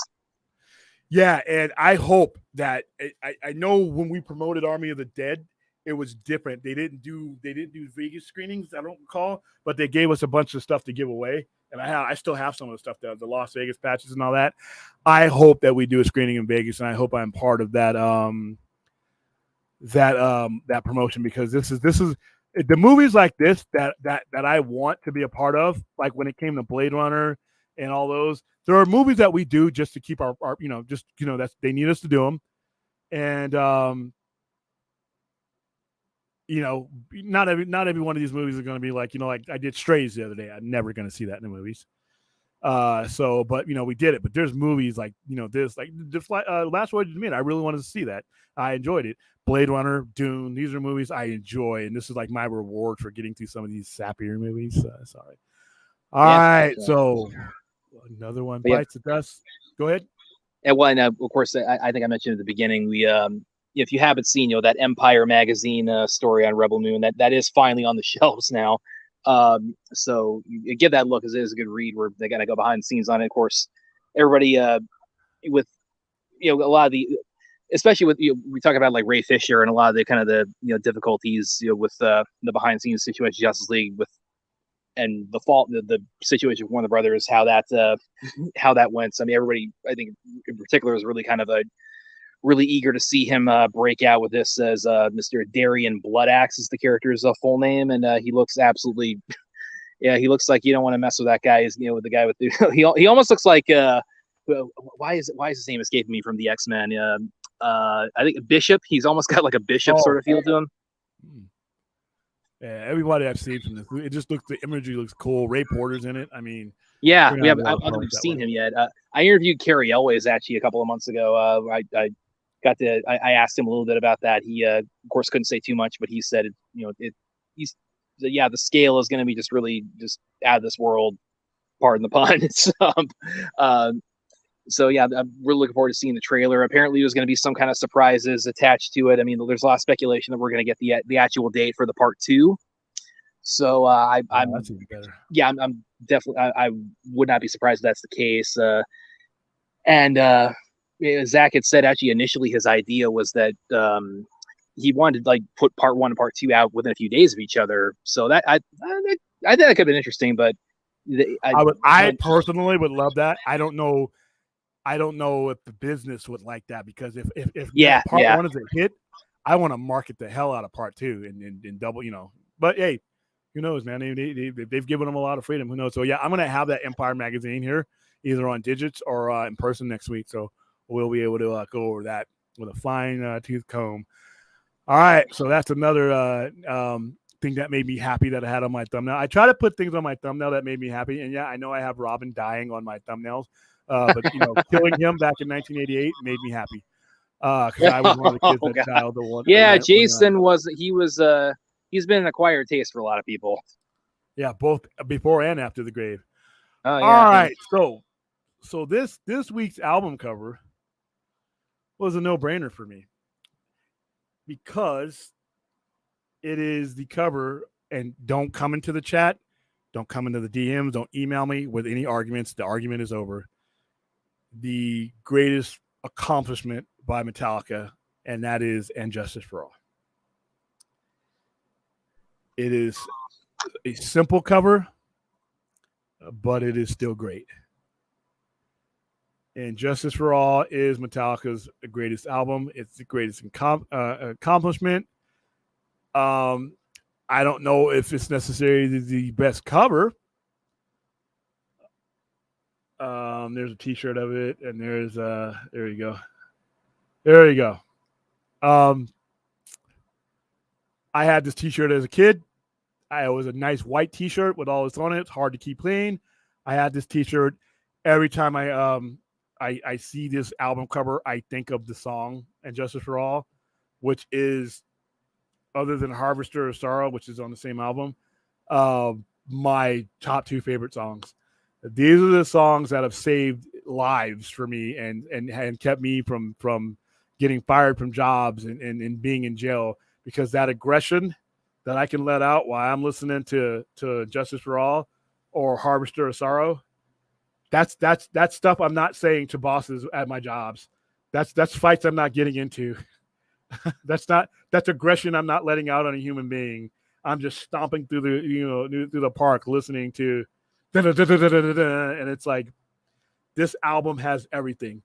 If you are wound up inside and you just have that knot of frustration or anger or whatever you're going through, I don't care what genre of music you listen to, slap in "And Justice for All." After 7 minutes of that title song, you're going to be a much happier individual. I promise you. Go ahead, Brad. No argument there. I mean, you talking to another Metallica fan here, so you're preaching the converted. And the bass work in this song and in this album is underrated. The rhythm guitar in this album is underrated, in my opinion. It has some of the longest tracks that they have. It is the last album, in my opinion. I know people say the Black Album, that has that unrefined sound to it. The next album, what was it? This was "Justice for All" was 88, correct? Yeah, 88. Because the next albums after that, and this is a big criticism when it comes to Metallica going forward, is that sound. I'll say, okay, so the very next album was the Black Album. The sound, if you listen to it, I don't know what's the word I'm looking for. It's unrefined, the proper word, the musical term, to where it does not. You still there? Yeah, sorry, I had a little hiccup there. You teleported. What's the word I'm looking for? And somebody in the chat, if you can help me. Is unrefined the word I'm looking for when you listen to the sound of "And Justice for All" versus the Black Album?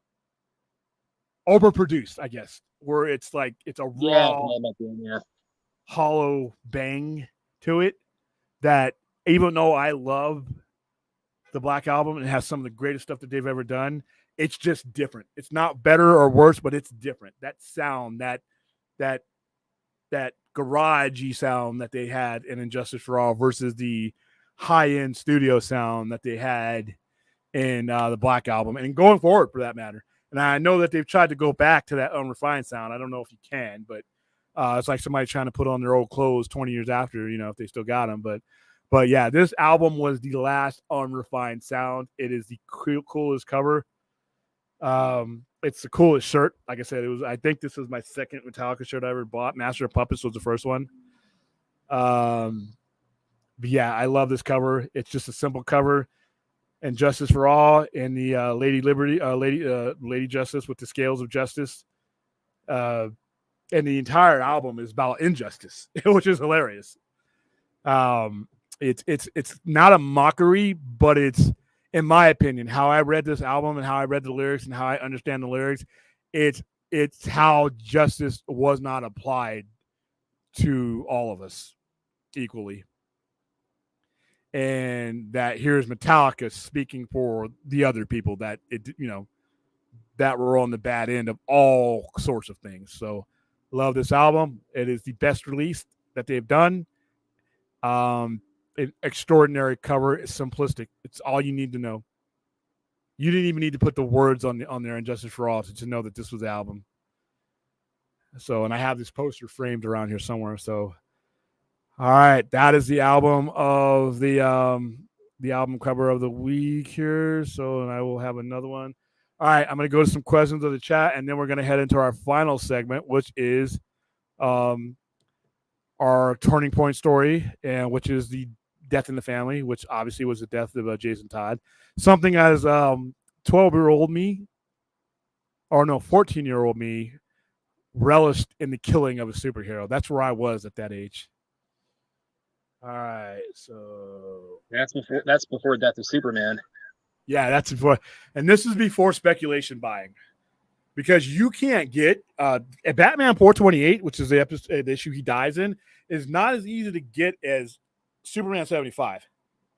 I could probably turn off all the lights in the store and just go digging around blindfolded, and I would probably come up with a Superman 75 in my hand, or any of the stories that the other oversaturated stories that came after that. I mean, they're everywhere. So, but Batman in 1988, they weren't, because Superman, Death of Superman wasn't until 1992, I think. This is 4 years later. It wasn't until the 90s that you started overprinting things. In 1988, it was still a rarity to get to. So, all right, let me go dive through here. I'm pretty sure some fourth that says something that's wrong.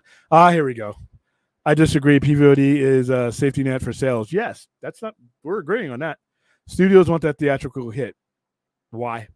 I mean, they'll take it, but it's not the end all be all. It says people went out of their way to see a movie rather than didn't care. It doesn't matter, dude.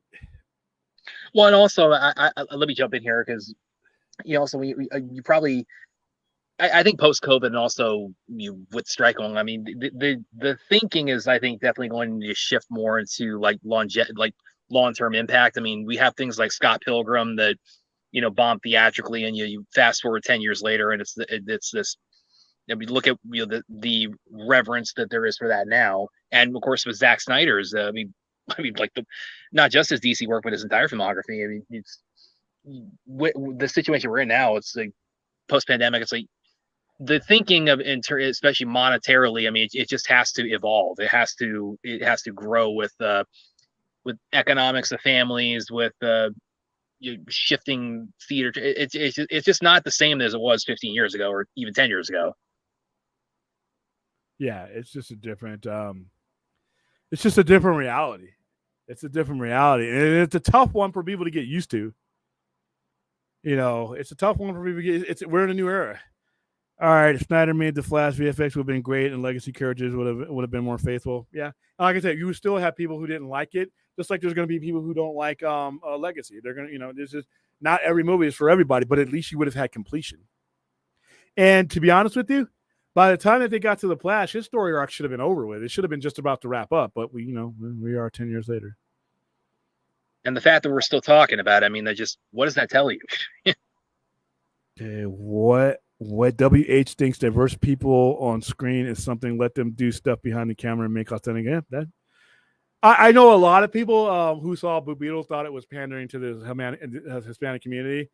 I mean, I can't speak from that front. I know a lot of people who said that were Hispanic, and I know a lot of people who are Hispanic who said that it was great representation. So it's one movie that can give you different points of view. All right. Kingdom Come flop under these current DC writers and directors, and don't get these current DC writers and directors. Have him do that one movie. Dude, that would be, you would check off so many boxes. Yeah, we wouldn't get our long form story that everybody wants, like Justice League 12 and all that. but you get Zack Snyder able to handle the characters he brought in for one last big epic bang, bam. And then you use these other 4 movies that you kind of left on the side of the road dead. You use those movies, and I take the time. Take the time. I don't need a corn sweat Superman in 2025, 2026. I need a more stable finish and a stronger launching pad for that than I actually need that at this moment. We'll get to that. But what I would have really liked to see them do is take their time to not sacrifice these 4 movies, to put a bow on this thing, and then at the same time get your thing going. Because you know what? A new Superman is a reality. A new Batman is a reality. That's fine. That is fine. But what should have happened is a transition. It just should have been a transition, because right now you basically told people these movies don't mean anything, and they believed you, and they acted like you wanted them to. So, and it's interesting too, because I mean, I keep thinking back to some of the stuff that Zach said at the Full Circle event, where he was asked about the death of Robin. And he said, I'll tell you a little bit, but it's like I don't want to spoil anything. So that kind of indicates to me it's like it doesn't seem to me like he's writing off like actually putting a bow on it. So yeah, and I don't think James Gunn. Maybe, I think James Gunn will do something, but it's just I think James Gunn will give you a Kingdom Come. But I just wish it had come before you had to sacrifice what could have been some decent movies. William says, "Don't at me." Yeah, I mean, you guys can have your opinions on these, and everybody's gonna have a different one. But for me, for the sake of this show, Justice for All. Listen, Ride did a great album. It's not as good as Justice for All. All right. Oh yeah, Paul Konerko. I remember Paul Konerko. I think Paul Konerko was a Dodger at one time. My favorite baseball player of all time, Paul Konerko. His walk up was Harvester of Sorrow. Thank you. Yeah, thank you, Dodgers, for trading for the Reds. Yeah, that was just. Don't get me started on that dumbass move. But yeah, Harvester of Sorrow. You can just march to it. You can exercise if you want to walk and burn some calories. Walk to Harvester. What? Just walk. Just put in Injustice for All. You're going to lose some pounds, man.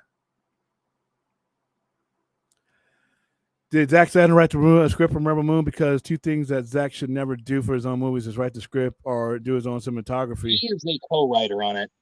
He has a story credit. He is a co-writer on Rebel Moon. What's wrong with his cinematography? Yeah, it's I love his visuals. I mean, that's a big part of why I'm such a fan of his. Okay, yep, or raw, or okay, versus 5. Okay, I got you. Yeah, I was looking for the term. Yeah, it did. Like I said, I am not knocking the Black Album. The Black Album is great. The Black Album brought a lot more people into the genre than anything else they had done. And but it's a different type of Metallica. The bones of Metallica are there, but their songs are shorter and they're more produced. They don't have that hollow echo, that punch to them, which is fine. I have those albums for that, but it's just like there's just a difference between them. Okay, so yeah, unrefined. All right, cool. So let me get down here. All right. Why am I? William, when you are monetized, will you take requests to be a super chat to review certain metal songs on videos? Yes, but here's the thing. I can't do it on YouTube because I'll get copyright hit. We can find some way to where I'm listening to it, but you will not be able to hear it, I guess. We do it that way, but yeah, no problem at all. I might do that even before super chats. We got a strike right in the middle of when we were covering the Rebel Moon Netflix event. I mean, right in the middle of the screen. That was a damn nightmare. And then I won. I won my appeal after I'd already done all the work to split it up and put it in there. Question: did you ever promote the Total Recall remake when it came out? We didn't do a screening, but we gave away mini posters. All right, let's see.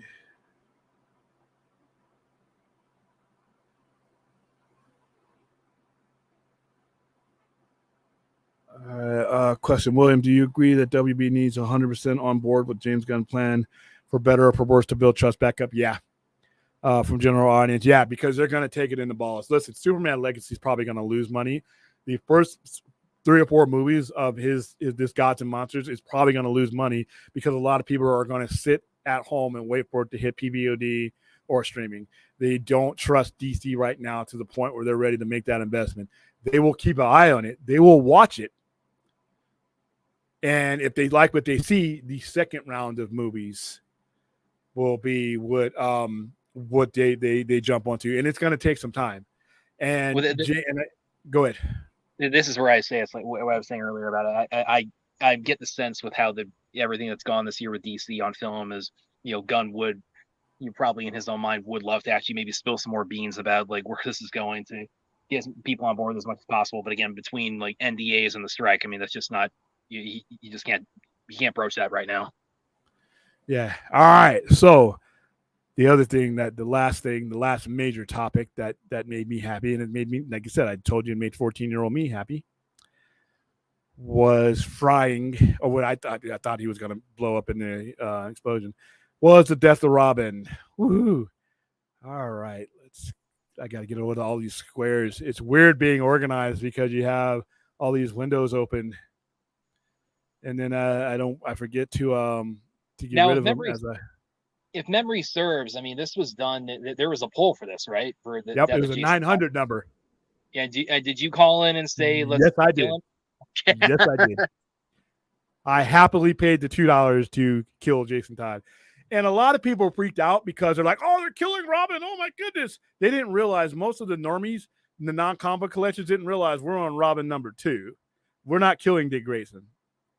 I remember when the news covered this, they would say, holy moly, or whatever. They would use one of the stupid, captions from the show. And then they're like, they're killing Robin. And everybody was like, oh, how can you do this? You're killing Robin. They didn't realize that, no, Robin had been Nightwing for like 8 years already at that point. You weren't killing him, but the Robin was that was the headline. They used the name Robin, and a lot of people bought that book. And like I said, they made that book a very good seller. And like I said, you had I had it here somewhere. Hold on for a second. I should have had this ready.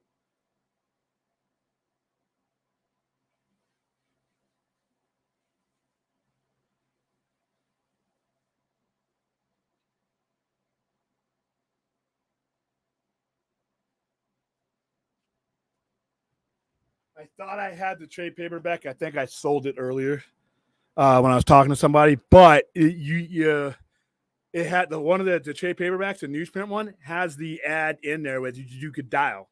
Because what happened is at the end of issue 428, and let's get into it. And here we go. This is the collected edition. This is this is Batman 428 here. Here's all the covers. Get rid of this. You can see that. This is book 104. So, and at the end of the episode that they left on the cliffhanger, which is there's an explosion at the end of it. I'll read you the synopsis from DC Fandom. All right, Death in the Family is a 4-part storyline written by Jim Starlin. By the way, Jim Starlin, the creator of Thanos and all these great things that you guys see, he did a lot of other stuff too. And he was one of the better Batman writers. Was written by Jim Starlin and illustrated by Jim Aparo, published in 1988 on Batman Volume 1. The story provides one of the most shocking developments in Batman mythos as Jason Todd, the second Robin, is killed at the hand of Batman's archenemy, the Joker. The story is controversial in more ways than one, as it was a result of a social experiment. I can't even read it without laughing. Because it shows you how sick kids we were. Social experiments by the producers of the Batman comics and their audience, in which people would have the last say regarding Robin's ultimate fate. The audience chose a boy wonder to die, and thus a legendary figure in comics was eliminated, bringing shock value and darker elements to comic book industry as a whole. Only to 3 or 4 years be softened by that soft Wonder Bread cartoon. Yeah. Anyway, that's another scream. These are the covers.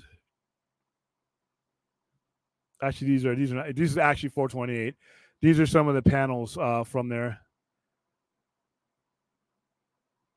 And it starts out with and this is him beating the hell out of him. And at the end of the episode, end of the issue that he dies in.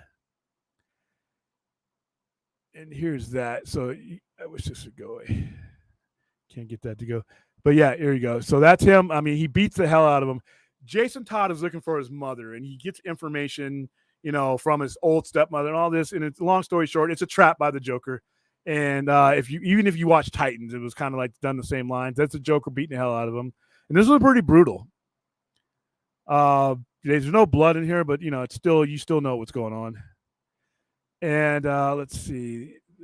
All right. So and this would lead. This had long ranging consequences, because obviously the Red Hood would come from it, the Lazarus Pit and everything else. And if you read the Three Jokers, Jason Todd's a pivotal part of that story, and it's a great story. And I actually like Jason Todd better now than he was as a punk kid that was stealing Batman's hubcaps. That's how he got caught. He was stealing hubcaps off the Batmobile. Yeah, he didn't have the greatest rep at first. All right, so here it is. Book 3 of 4. This was the issue that you had to buy. You didn't have to buy. You just needed to know the number. But at the back of this issue, there was a 1-900 number, and you had to pay $2. And it was either live or die. At the end of this issue, there's a huge explosion. Right after he beats up Robin, he sets explosives off in the building that him and his mother are in. And that's how they left it. And you didn't know until the very next episode, or why do I keep saying episode? The very next issue. And here's some of the hold on, it won't go. Yeah, see, there's Jim Aparo's Batman, by the way. Not the best Batman. I don't think Jim Aparo was the greatest artist of all time, but so there you go right here. And then when you opened up the next issue after they had tabulated everything, this is what you saw. You saw him carrying Robin, the dead Robin, and that's how you knew he was dead. And Batman lets you know as much, so he's just but as you can see from his body, he was beaten nearly to death by the crowbar, but it's the explosion that kills him. And like I said, that was a pretty big deal back then. This is when things like this for Batman happened. When you killed major characters, even though he was the number 2 Robin, he's still Robin. Just the implication that you would kill Robin, and the things that they did in 1988. 1988 would, to me, besides 1986, was a banner year as far as the progression and rehabilitation of Batman. He went from a joke that he was for a long time that a lot of people knew him from because of the TV show and Super Friends and all that, to being the badass that he was, that you would know him to be throughout the 80s and into the 90s. And it opened, in The Dark Knight opened the door for this. The Killing Joke was one of these storylines that happened in 1988, and then this. So if you look in a 2-year span, you had a much more brutal Batman on the pages of these comics. And then you had, which at the time, Batman 89, which in comparison to other Batman live action portrayals, was a much darker tone Batman. And a lot of what allowed that to even happen was stories like this, stories like The Dark Knight Returns, stories like The Killing Joke, stories like,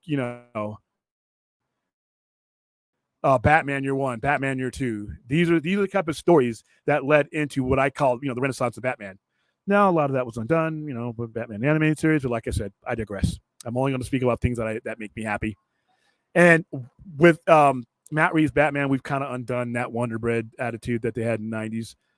But yeah, this storyline was big, man. It was big. There's a lot of storylines that literally can draw their lineage directly to this storyline. Anything with Red Hood in it, anything with Jason Todd in it, anything that has him in it is tied back to this. The way obviously Tim Drake, his successor. Yeah, one of the my earlier exposures when I first started reading comics as a kid was my dad actually when he was serving in the Gulf War, he actually, before he left, he had gotten me the collected edition of the Robin when Tim Drake, his story. A Prayer for the Dying. Robin.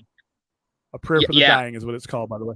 Yeah, I that was always really near and dear to my heart as a kid. And that of course he's seen kind of the ghost of Jason Todd when that part at the beginning when Batman he has to go rescue him and defy his order to not put on the Robin suit. It's like he's in trouble. Scarecrow's got him.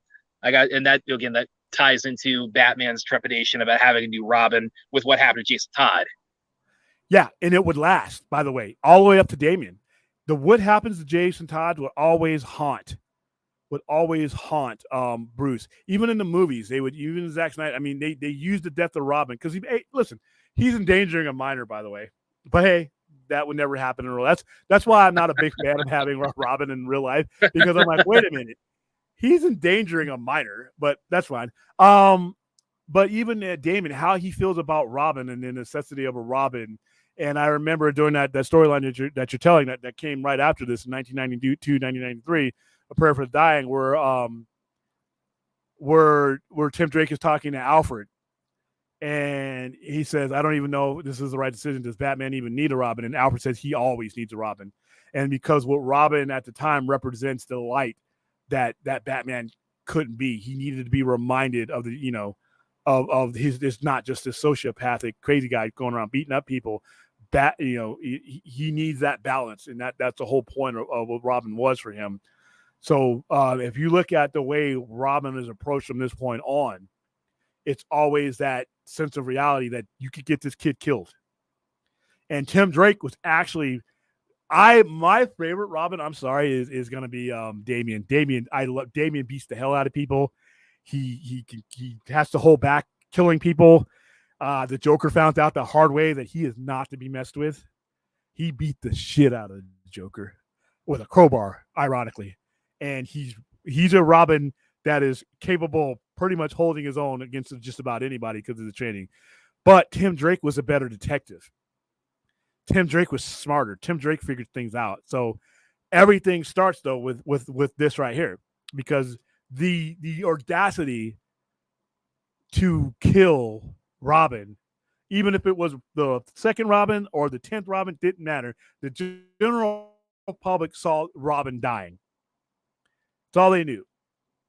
And I remember being around for the storyline. This was, out of all the stories that I've said that are turning points, this one was a huge turning point for the way Batman was being written at the time. 1988, the year alone, was a huge turning point for Batman. So there you go. Any thoughts on that one? I know you were what -2 when this came out. I probably would have been about a year old at the time. Yeah. So and yeah, I mean, like William's saying, I mean, this was a big. You talk about like really pivotal Batman stories. I mean, the Dark Knight Returns. That's always one I'll put right at the top of that, even though it's more of an Elseworlds. But yeah, the death of Jason Todd. I mean, I wasn't old enough to call the number, and so I kind of a lot of my life I've mainly known Jason, through his his subsequent resurrection and all that. But yeah, I mean, William, there's not a lot I can add. Listen, I'm tired of having people on the air. This is he's making me feel old. So that was the last you're ever going to see of Brad Curran. Everybody in the chat say goodbye to Brad. He's literally making me feel like a grandpa right now. Yeah, sorry about that. I'm just kidding. All right, so we have covered all of our thumbnails, and we did it with some time to spare. So I'm going to and we did it with a delay with 2 power outages. Yeah, for Captain Marvel. Yeah, I saw that. Oh wow, that's cold-blooded. Leave it to Force to come up with some cold-blooded shit like that, man. That how do you think that's going to pay? How do you think that's going to do? Pay to kill her. How do you think that's going to do? Because I don't know that I'm not sensing a lot of hype for that either. I think it's going to underperform, but I think underperforming for Marvel is a little bit different than underperforming for DC. But it's a woman-led. I mean, you never know. There are certain. I don't know anymore, because there are certain factors that should have helped Blue Beetle do better, but didn't, because it couldn't outrun the DC brand. But there are a lot of women that feel at all walks of. And this movie not only has women, it has women from different ethnic groups. Yeah, I wouldn't be surprised if it did well, but I wouldn't be surprised if it did Ant-Man money. Well, that's what I'm thinking. Yeah, because the first one, it's like, I mean, I don't have fond memories of it. I think it's bland as hell. But again, you put it. I was hoping for so much more, but oh well. Yeah, but I mean, with it being the interim movie between Infinity War and Endgame, I mean, that just there you go. I mean, that's just brilliant business right there, and that led it right all the way to the bank. To, $1 billion hit. Unless you're Shazam, then you kind of got crushed by it. Yeah. All right. Yeah, I know. One of my friends who knows comics more than I do recently told me that Bruce told Tim that he was an even better detective than him. Is that true? So yeah, that was right when Tim Drake was joining a different iteration of the Titans or Young Super, something like that. And he said it on several different occasions. But he had been Batman for about I'm sorry.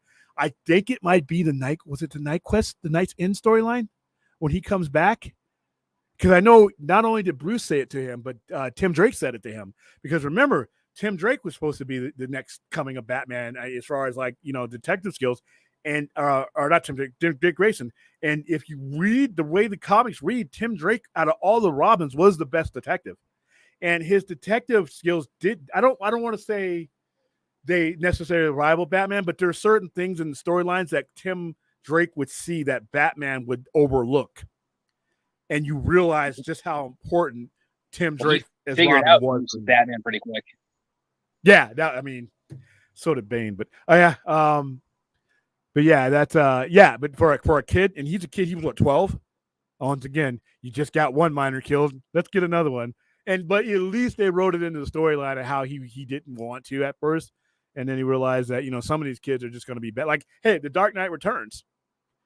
Dude. Carrie, he does not want her. I mean, you got a dead Robin in there. And by the way, that's where that concept came from, the dead Robin. Because remember, in The Dark Knight Returns, the Robin suit is up there. That's the suit she takes. And it's not directly. And it's not directly connected to the mainline story with Jason, but yeah, that teed it up for to have an actual Robin being killed. So I don't know, man. $1 billion. I'm guessing more along the lines of 650 or 700 million. Especially when the first Marvels came out, we didn't have Disney Plus, or when Captain Marvel first came out, we didn't have Disney Plus. So you didn't have that luxury of. There wasn't that option to watch it on Disney Plus. And plus, we're not even there's still the factor of, for all we know, this could get delayed because of the strike. So, and it's already had Marvel supposed to come out. It's supposed to be out in November, but it's been pushed back several times. So it's supposed to be out past November, I think, within a week of Flash. So, if they can't do press for it, I'm waiting for that moment where we're going to start hearing about the all the that wave of delays that's going to come. Oh God! And then some of the stuff I want to watch, it was a landslide from what I can remember. It was on Entertainment Tonight too. They were like I said, what was a vote? Oh, what was a vote to kill Jason Todd? I bought it up one time because it's hilarious. Vote to kill Jason. Yeah, it was very lopsided. Percentage.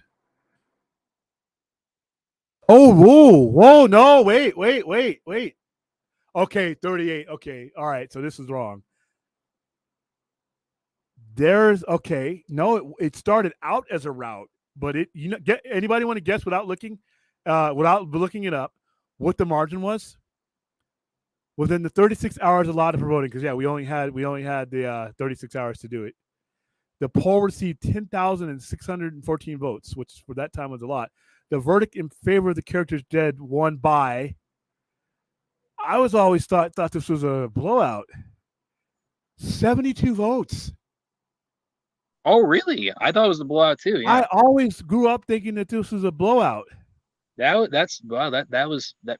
it could have gone either way. 65%. If you were one of the original callers who voted to kill Jason Todd, why did you do it? It's a Reddit story type. And I forgot, that you only had a limited amount of time because they had the numbers out, but the line wouldn't take the line. You know what I mean? You had the number, but the line you couldn't call. Nah, it was close now. Oh, wow, I didn't know. 72 votes. You mean we came 72 votes away from keeping that mofo? Oh, well. How you doing, Chappie? I'll allow this Snyder question since we kind of touched on it. Also, question: what do you think when you see people that how much that Bill Finger and Bob Kane would hate with Zack Snyder? That I don't think there's any way they could ever know that. I think he might hate some of the stuff that came. I know that at least Bob Kane had some issues with earlier portrayals of Batman as far as how cheesy and soft he was portrayed, because that's not the way he wrote him. I mean, he was, Well, if you're talking about the killing side of it, I mean, like read Detective Comics 27. Batman didn't have a problem killing back in the 30s. He's got two guns. Yeah, he was. It's just like Superman was like tossing people around. It's like people need to understand. Like the original creators, they didn't have they weren't as stringent on the no kill rules. I think because they were in an area where people were getting openly shot in the street by gangsters and prohibition and all this other stuff. Dillinger on the cover of your newspaper with both of his eyes shot out. And even let's go to the Christopher Reeves one that everybody says is the gold standard of Boy Scout. Zod is tossed over the ledge and dies. After having his hand crushed. The big dude crushed, his hands are crushed, and he gets tossed. She pushes her over, and she's dead. All three of those Kryptonians die in that movie. They just don't. What do you think? They just fly away and they just leave them there? They're dead. He beats up a truck driver with superhuman strength. A guy who beat him up as a human because he couldn't, he gave up his powers. So he goes back as Superman, even though he's dressed as Clark Kent, and beats this guy with his superhuman power. He could have killed that guy. The Batman, all interpretations of these characters have blood on their hands. I'm sorry.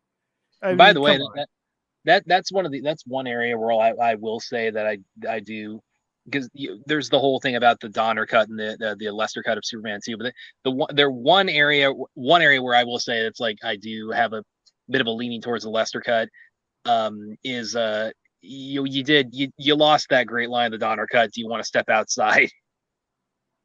Yeah, I mean, come on. This would be a disaster. That's probably their budget. Yeah. Dude, can you imagine what YouTube and Twitter is going to be if that pulls in 350 million? And all the people, it's woke. That's why. Oh my God, that would be. I will just tune out of the internet. Yeah, I don't think it's gonna have it that hard. But I mean, I just don't. I don't sense the kind of anticipation. And it might just be like we're in the post Endgame world, but I mean, I just don't sense the anticipation for it as fervent as it was for the first one. Bob Kane was a bit on the money side, especially towards the end of his life, but he did do interviews and stuff where he kind of gave his opinion. But yeah, he did sell out. Oh, and people might know, if you weren't aware of BDS, that's actually the first time the Bill Finger is actually credited in a Batman movie for his contributions. It's about damn time. Yep. Yeah, I mean, and there's a lot of people in Marvel that need to be credited more. I think a lot of people gravitated towards certain people because they had more charisma. But Jack Kirby created half of most of the Marvel that you see, and Steve Ditko. Without Steve Ditko and Jack Kirby, we don't have Marvel. But without Stan Lee, we don't have Marvel. So, but Stan Lee gets a lot of the exposure. But but he was the front man. He was the face, and they weren't. So.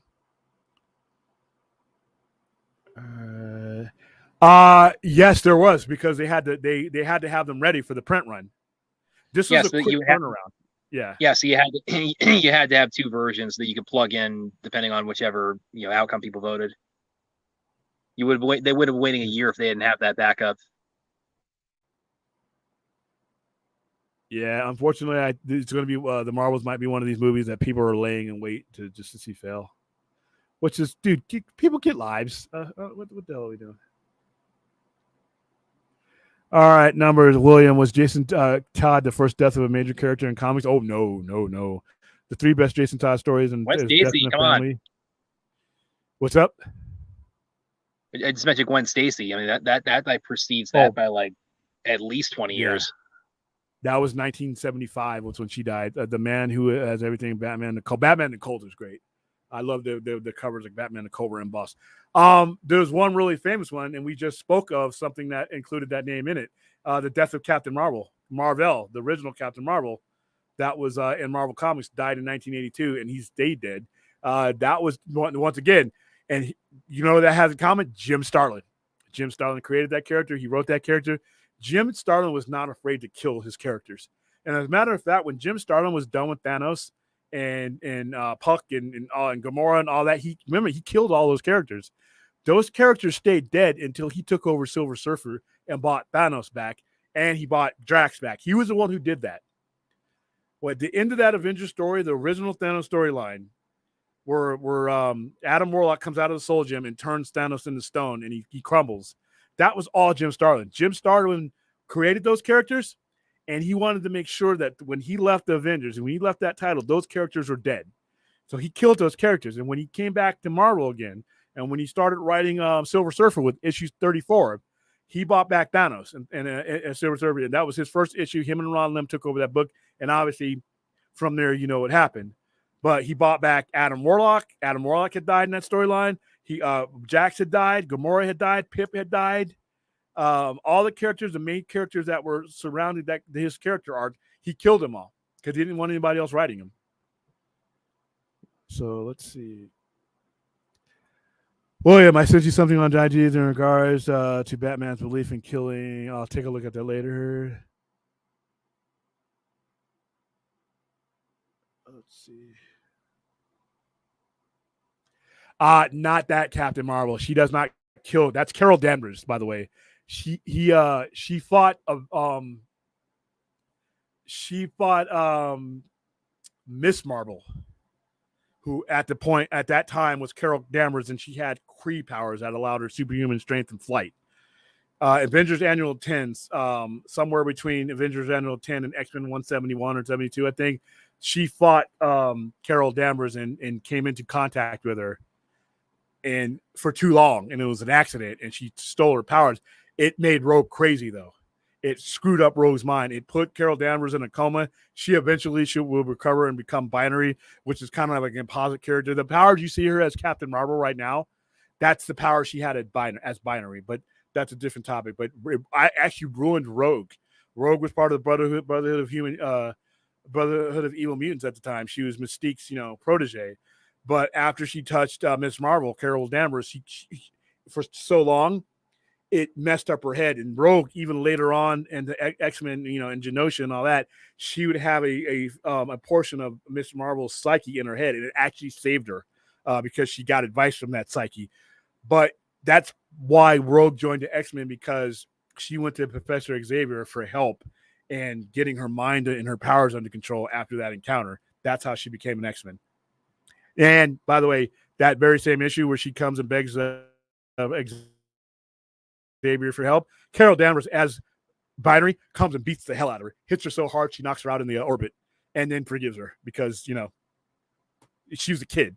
When Rogue did that, Rogue was literally a kid. She was a teenager, and and Carol Danvers went on to bigger and better things.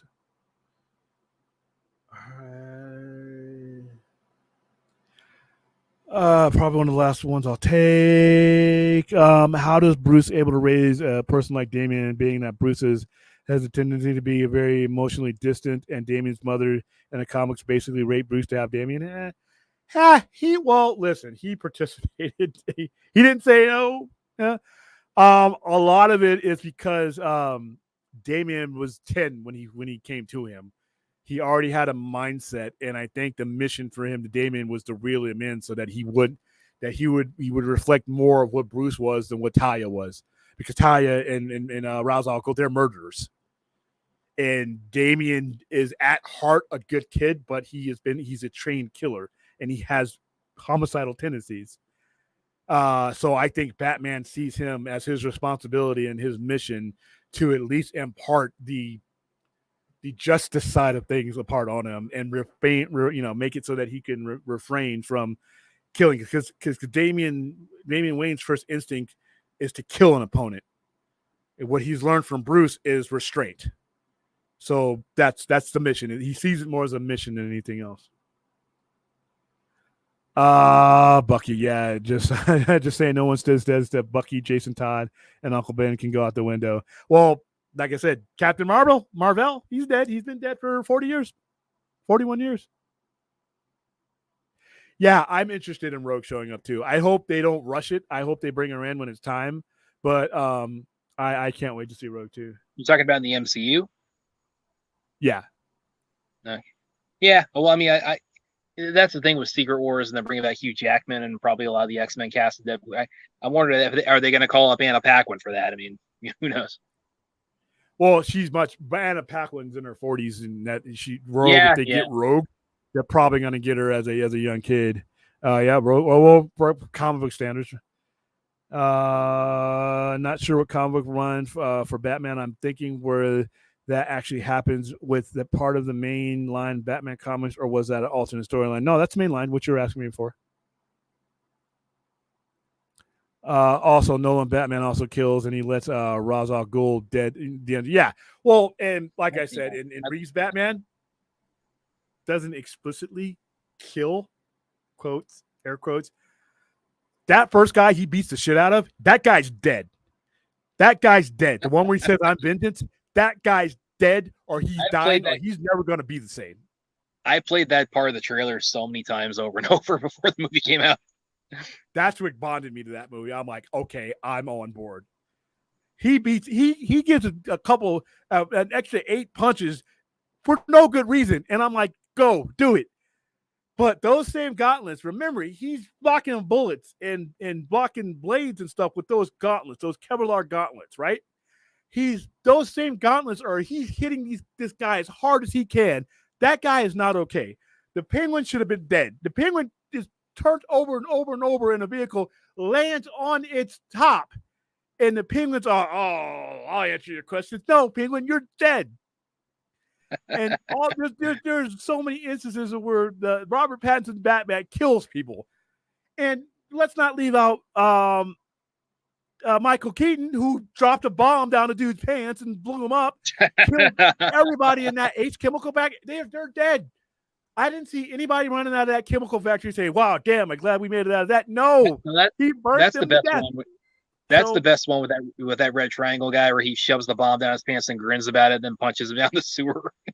Yeah, you think he recovered? No, this ain't Tom and Jerry. What the hell, people? All right, but yeah, Dark Knight still. I have not read the last few issues. What do I have? I think I've only read the beginning of that. I have them on the shelf. They do pretty well though. Not my best. I don't hate it, but it's not like Metal. I like Dark Knight's Metal a lot more, but it's a decent story. Rogue is the adopted daughter of Mystique in the comics. Nightcrawler is her legit son, and so is Graydon Creed. Between her and Sabretooth. Yeah, I have not read Dark Knight's Metal the last few issues. What issue is it on? That was a 12 issue, right? Yeah, I think it's a 12 issue. I'll get to it. Oh dear God, no! I want my Rogue sexy. Hey, what was wrong with Anna Paquin? Go watch True Blood. People are, man. Yeah. Everybody dies. Yeah, that Penguin. Not only the truck driver, the cars, all those, everybody that got engulfed in flames. That truck, dude. Yeah. And by the way, I remember seeing that when I saw the Batman in the theater. When the Batmobile flies out of that fireball, I was really expecting the audience was going to just go into cheers on that, but they didn't. I was really surprised. It might have been because of COVID, ended up pushing back like 3 or 4 times. Well, I mean, they might have just seen that part in the trailer so many times they were just trailer. Yeah, that's what I'm saying. When you see that trailer in the movie theaters, everybody's cheering because to me, that was an epic scene. That was cool. And that car, dude, the Batmobile in that movie was fucking awesome, dude. I love that smash cut when the chase starts. It's like right after Catwoman gets on the bike and like makes off with that bag, and then it cuts the Batmobile and the score kicks in. That's probably one of my favorite shots in the whole movie. Oh, are you okay? My favorite shot, and it's at what 138, 139 into the movie, was that right when she gets on the bag and they're about to chase her, and the the car starts up. And Yeah. the light starts going, and it's like Christine. Yeah, It was like a monster. Yeah, they give the Batmobile some great build up in it. I mean, and it's just that winding sound and that. And I'm like, oh, this is beautiful. That movie is beautiful. That is my favorite overall Batman movie. Not necessarily my favorite overall individual Batman, but that is my favorite. The Batman checks off all the boxes for me that I love about Batman. So, but like I said, at the same time, if you gave me another Batman, I'll take that too. Just make it good. Don't give me some crap.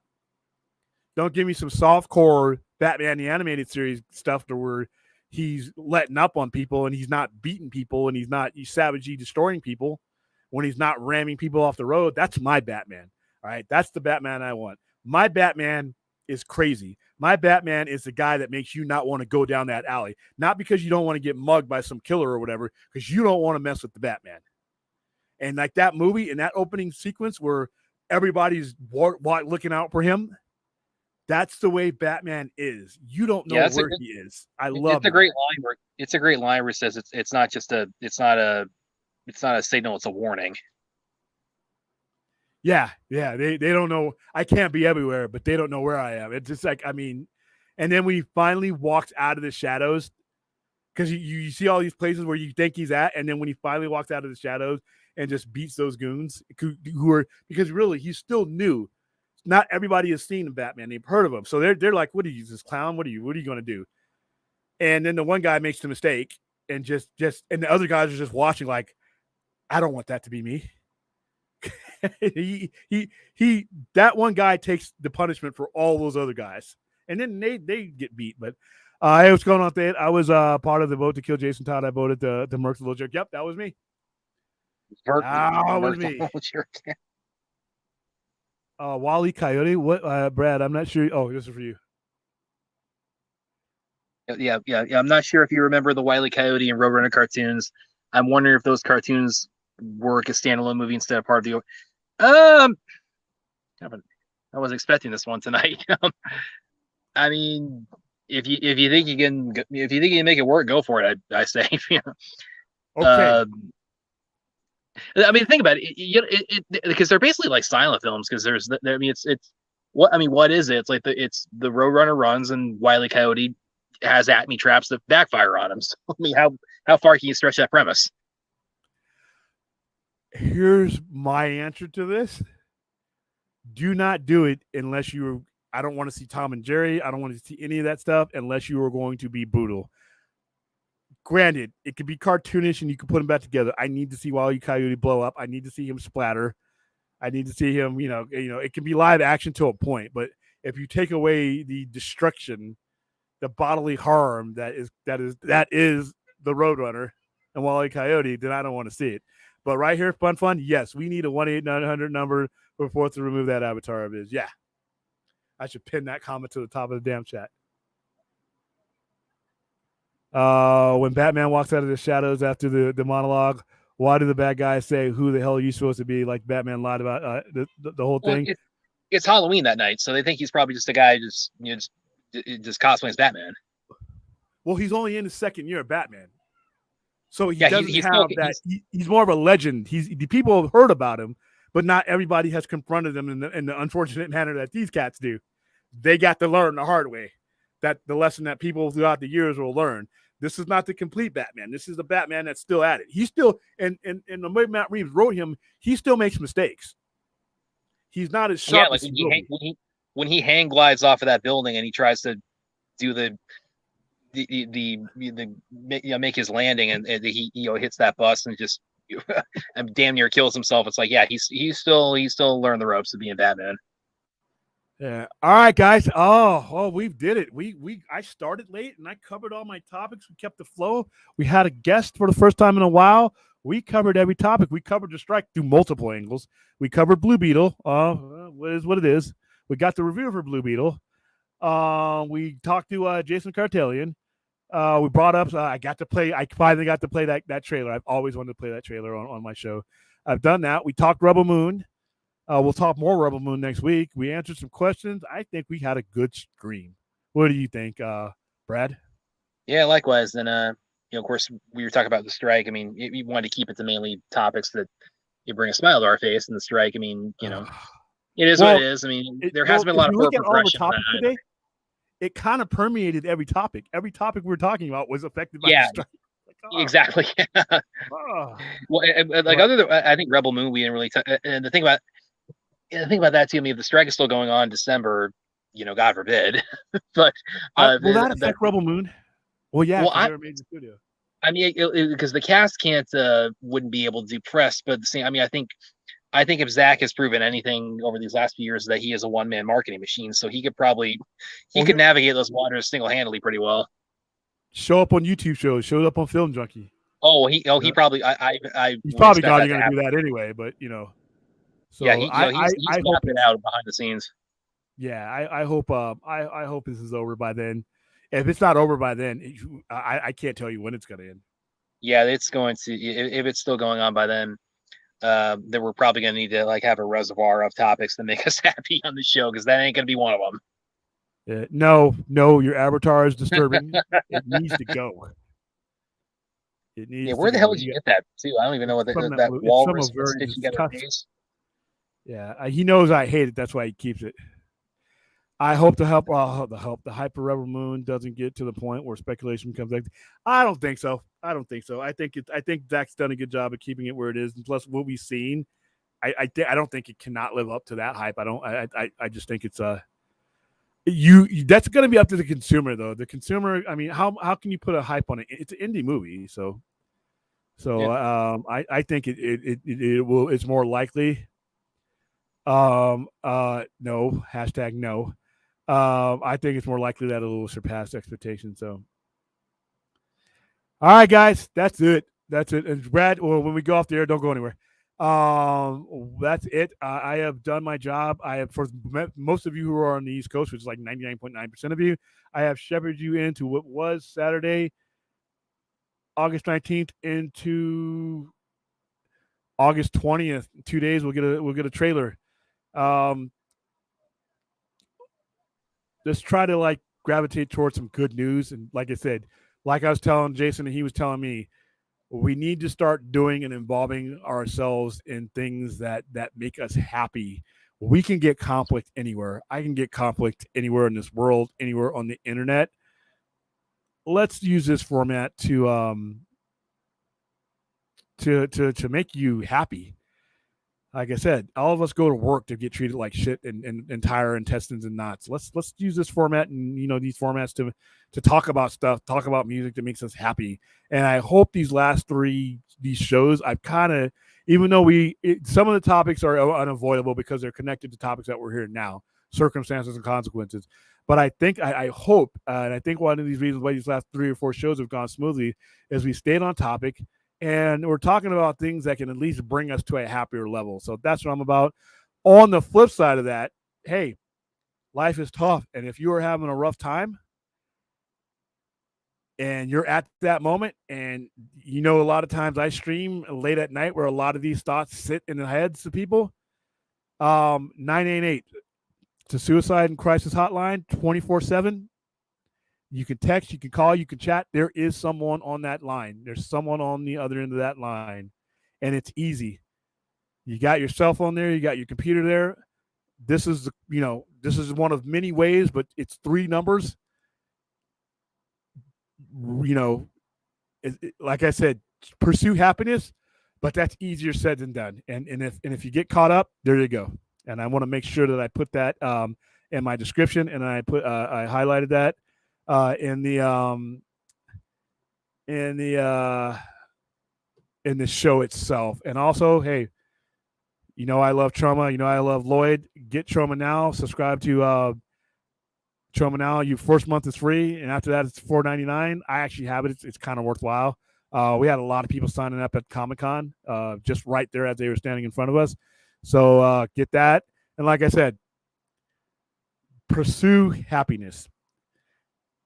Take care of the conflict, running up against those walls when you have to, but do not seek out the conflict. That's the difference that I'm trying to make here with my little square footage of the internet. is I know there's going to be conflict in some of these topics. I'm not seeking it out. If it comes to us, we'll try to deal with it in a manner. But I think these last 3 or 4 shows, we've balanced it out. I'm pretty happy on the rewatch when I watch these shows. So for myself and Brad Curran, who you can find at screenrant.com, have a good rest of your weekend. See you guys.